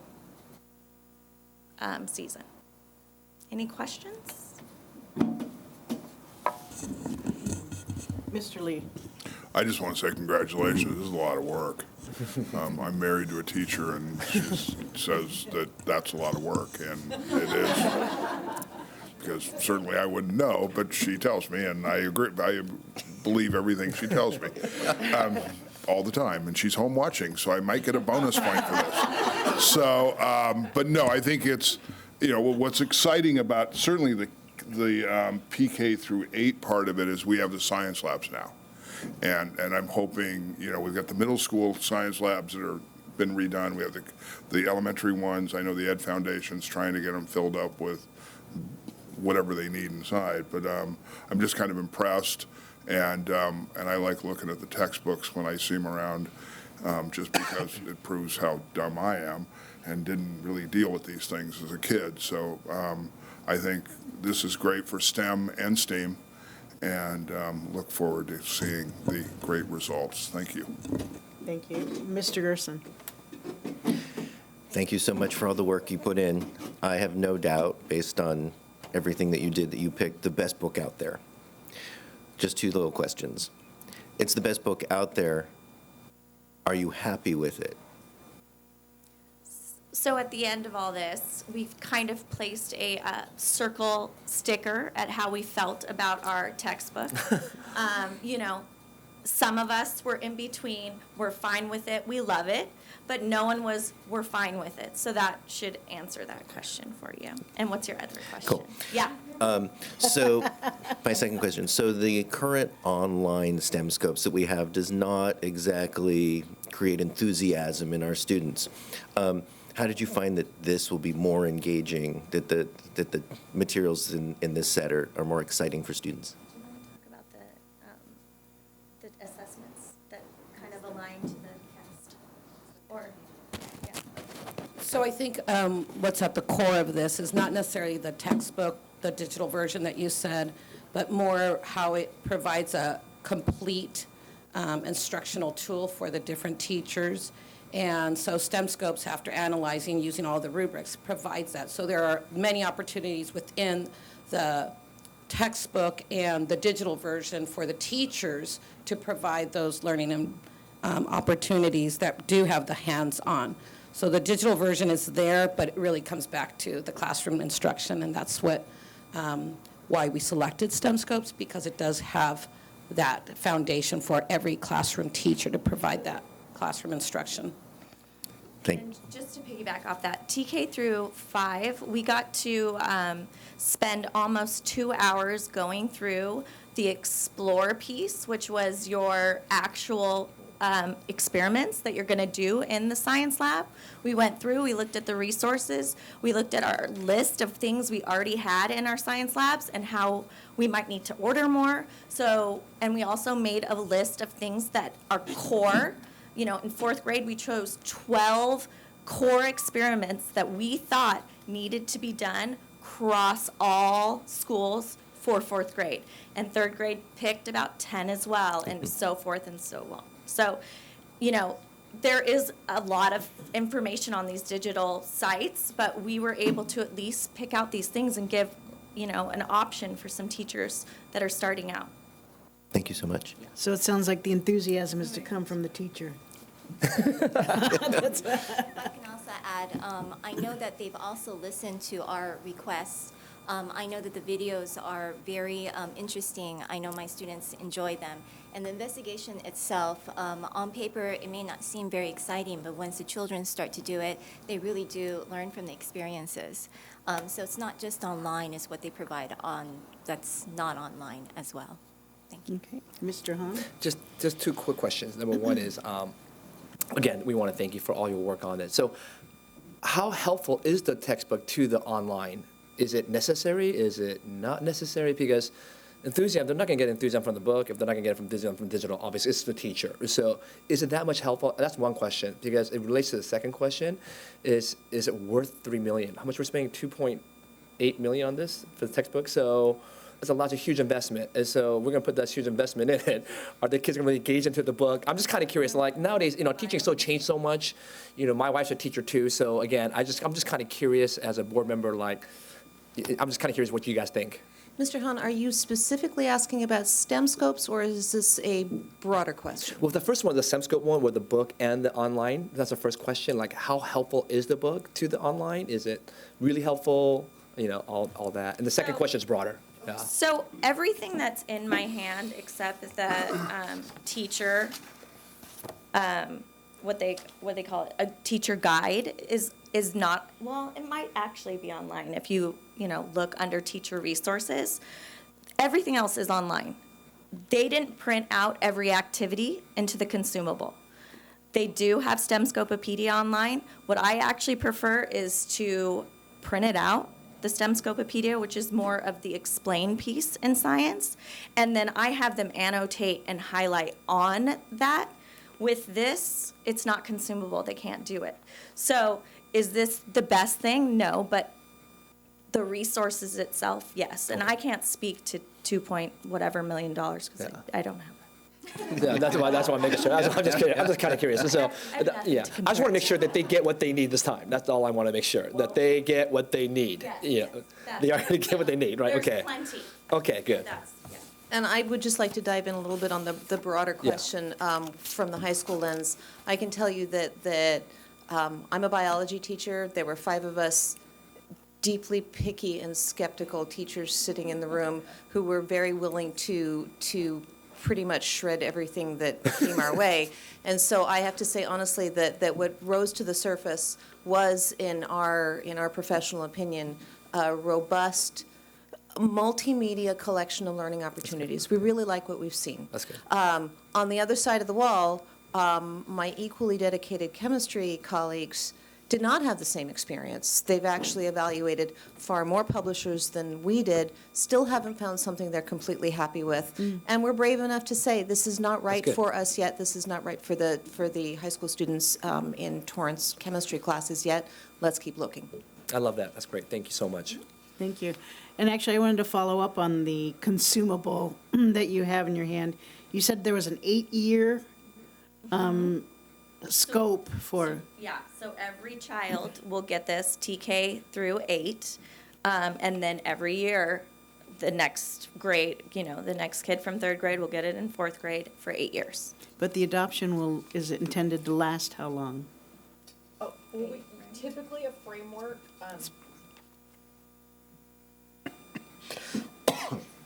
Typically, frameworks are on a 7-year cycle, so it gives us an extra year to review materials once they come out, or any fiscal need that would give us an additional. Okay, so assuming the financial situation remains as it is. That's yeah. Well, yes, we've had other yes. pauses before, but typically it is a 7-year framework cycle, and then the textbook companies follow the framework. Okay, and the other question I had was, on the surveys about the materials, there was not a terrific response from middle school and high school.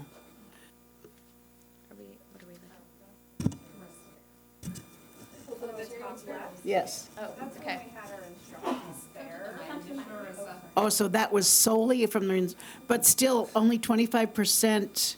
So initially, we had all of the possible publishers out just for teachers to preview, to look at initially, to see if that would sway what we brought into the pre-screen. And so those are the percentages that represent that, but all of the publishers ended up getting some kind of feedback that the teachers wanted to see them, so all of them ended up going to the pre-screen Oh, okay, anyway. so it didn't differentiate actually- whichever ones no, you, okay. It didn't make. Okay, that's what I wanted to know. Thank you. Mrs. Liu. I just want to say thank you for all the hard work you put into this. It's very obvious that there's a lot of choices out there, and you found the right ones for the elementary, middle, and biology here.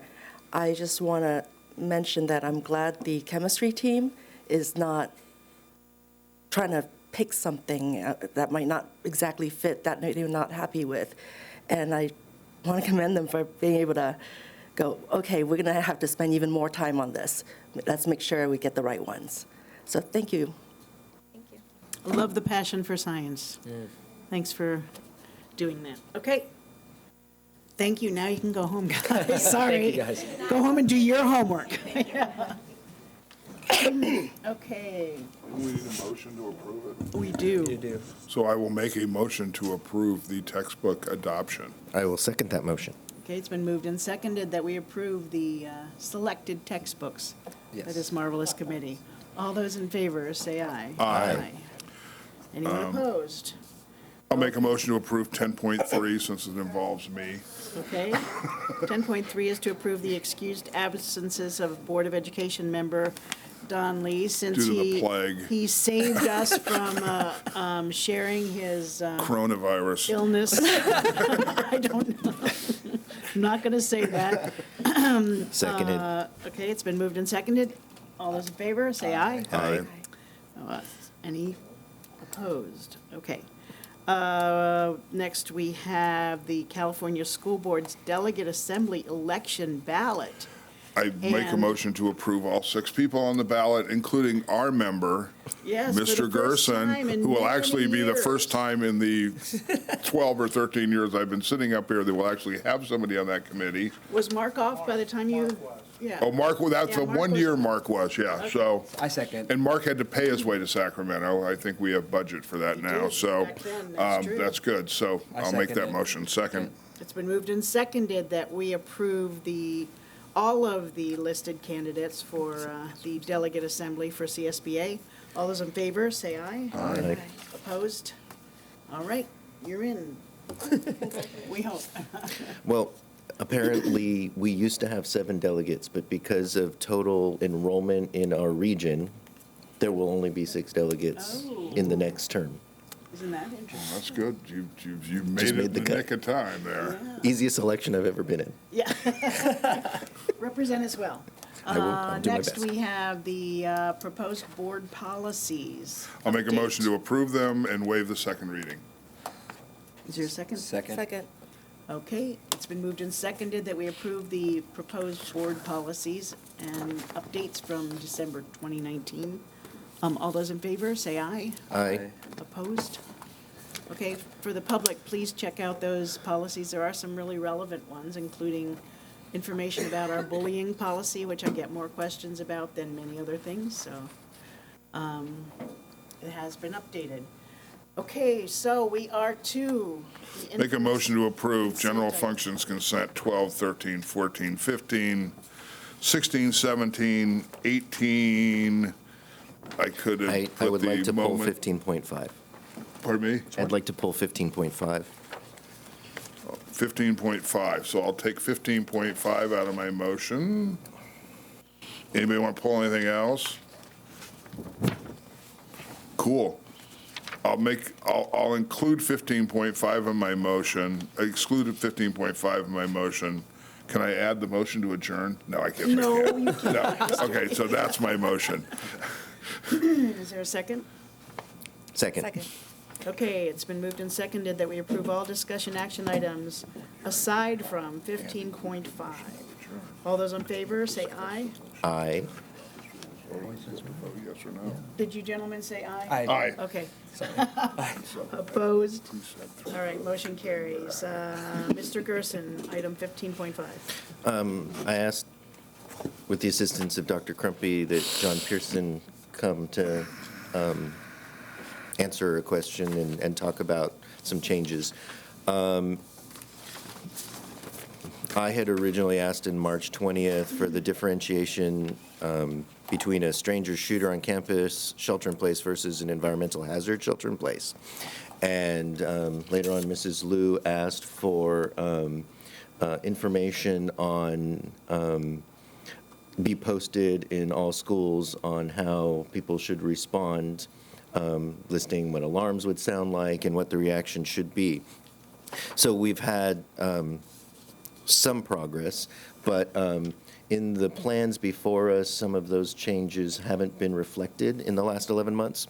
So I asked John Pearson to come and talk about what's going to be done in the future so that next year those things are addressed.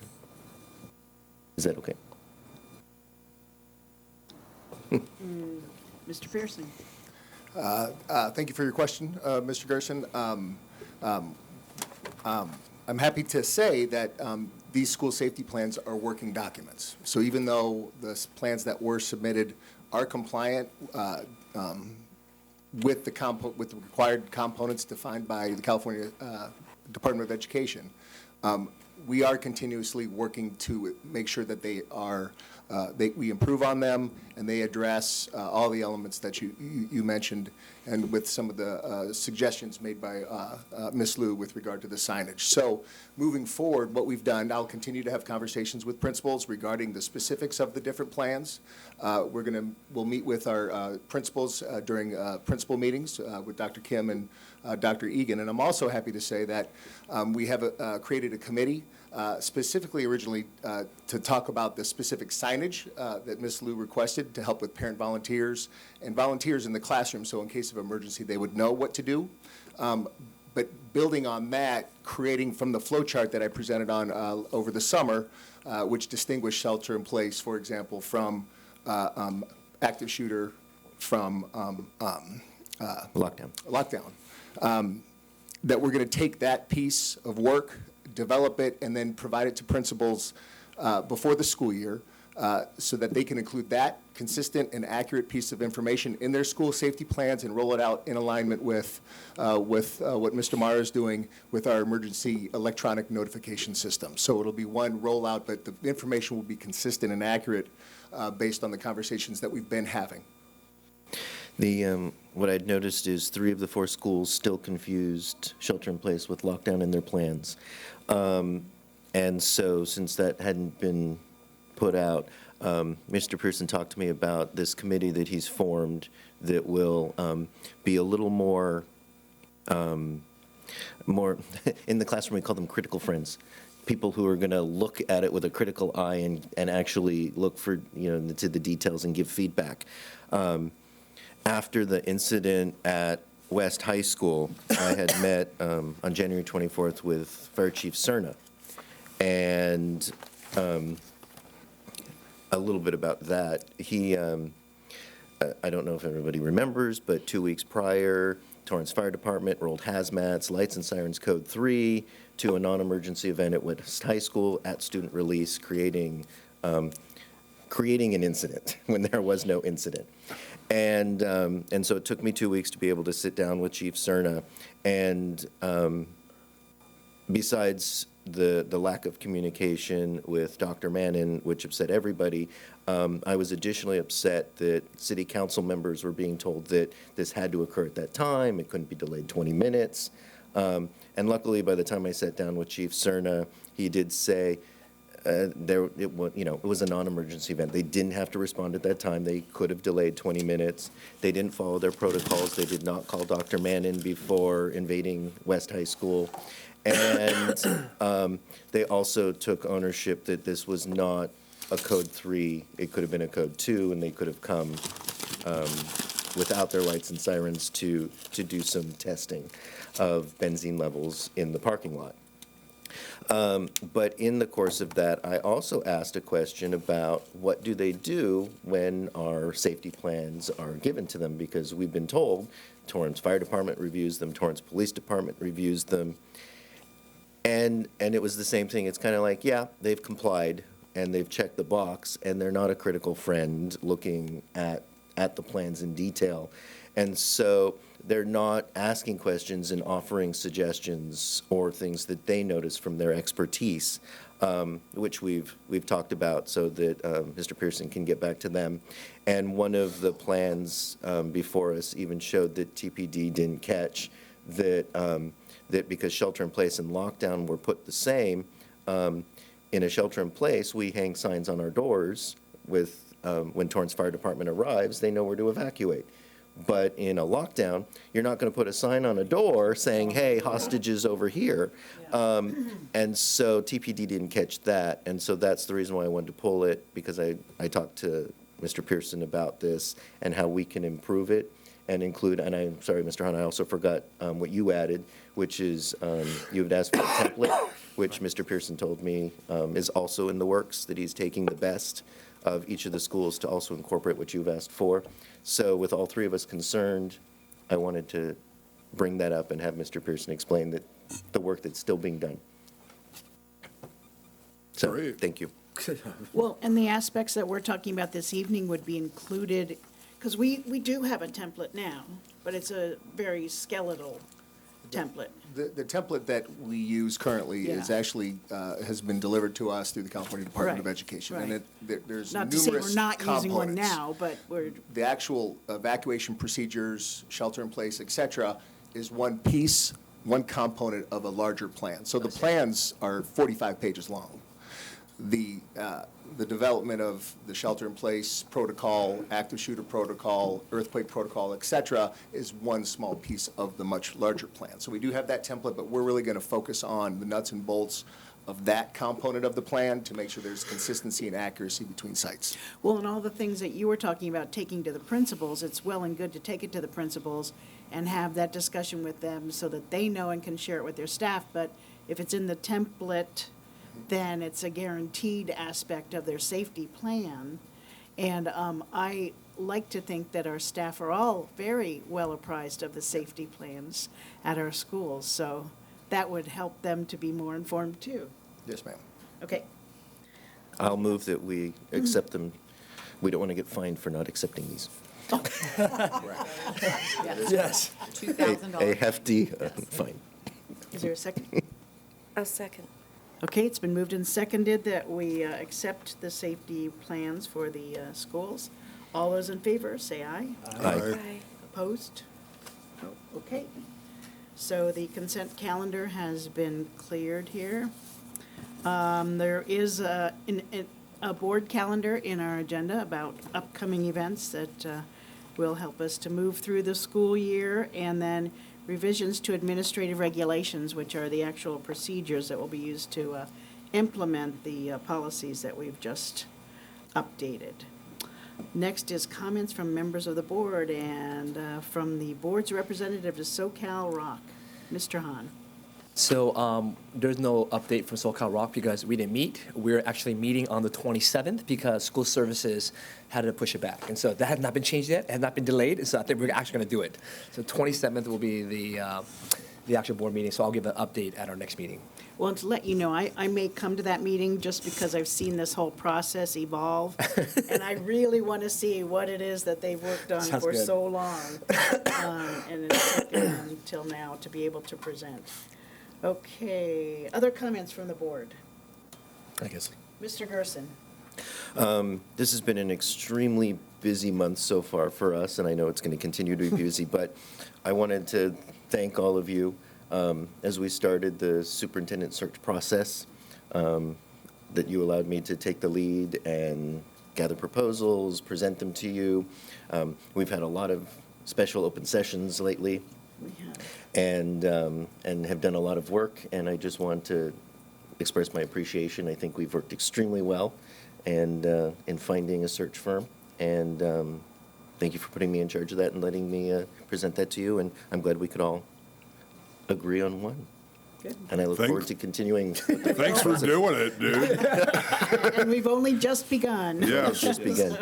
I also wanted to point out in item 16.2 that Human Resources added 28 new substitute teachers because that's a concern of, Yes. of TTA.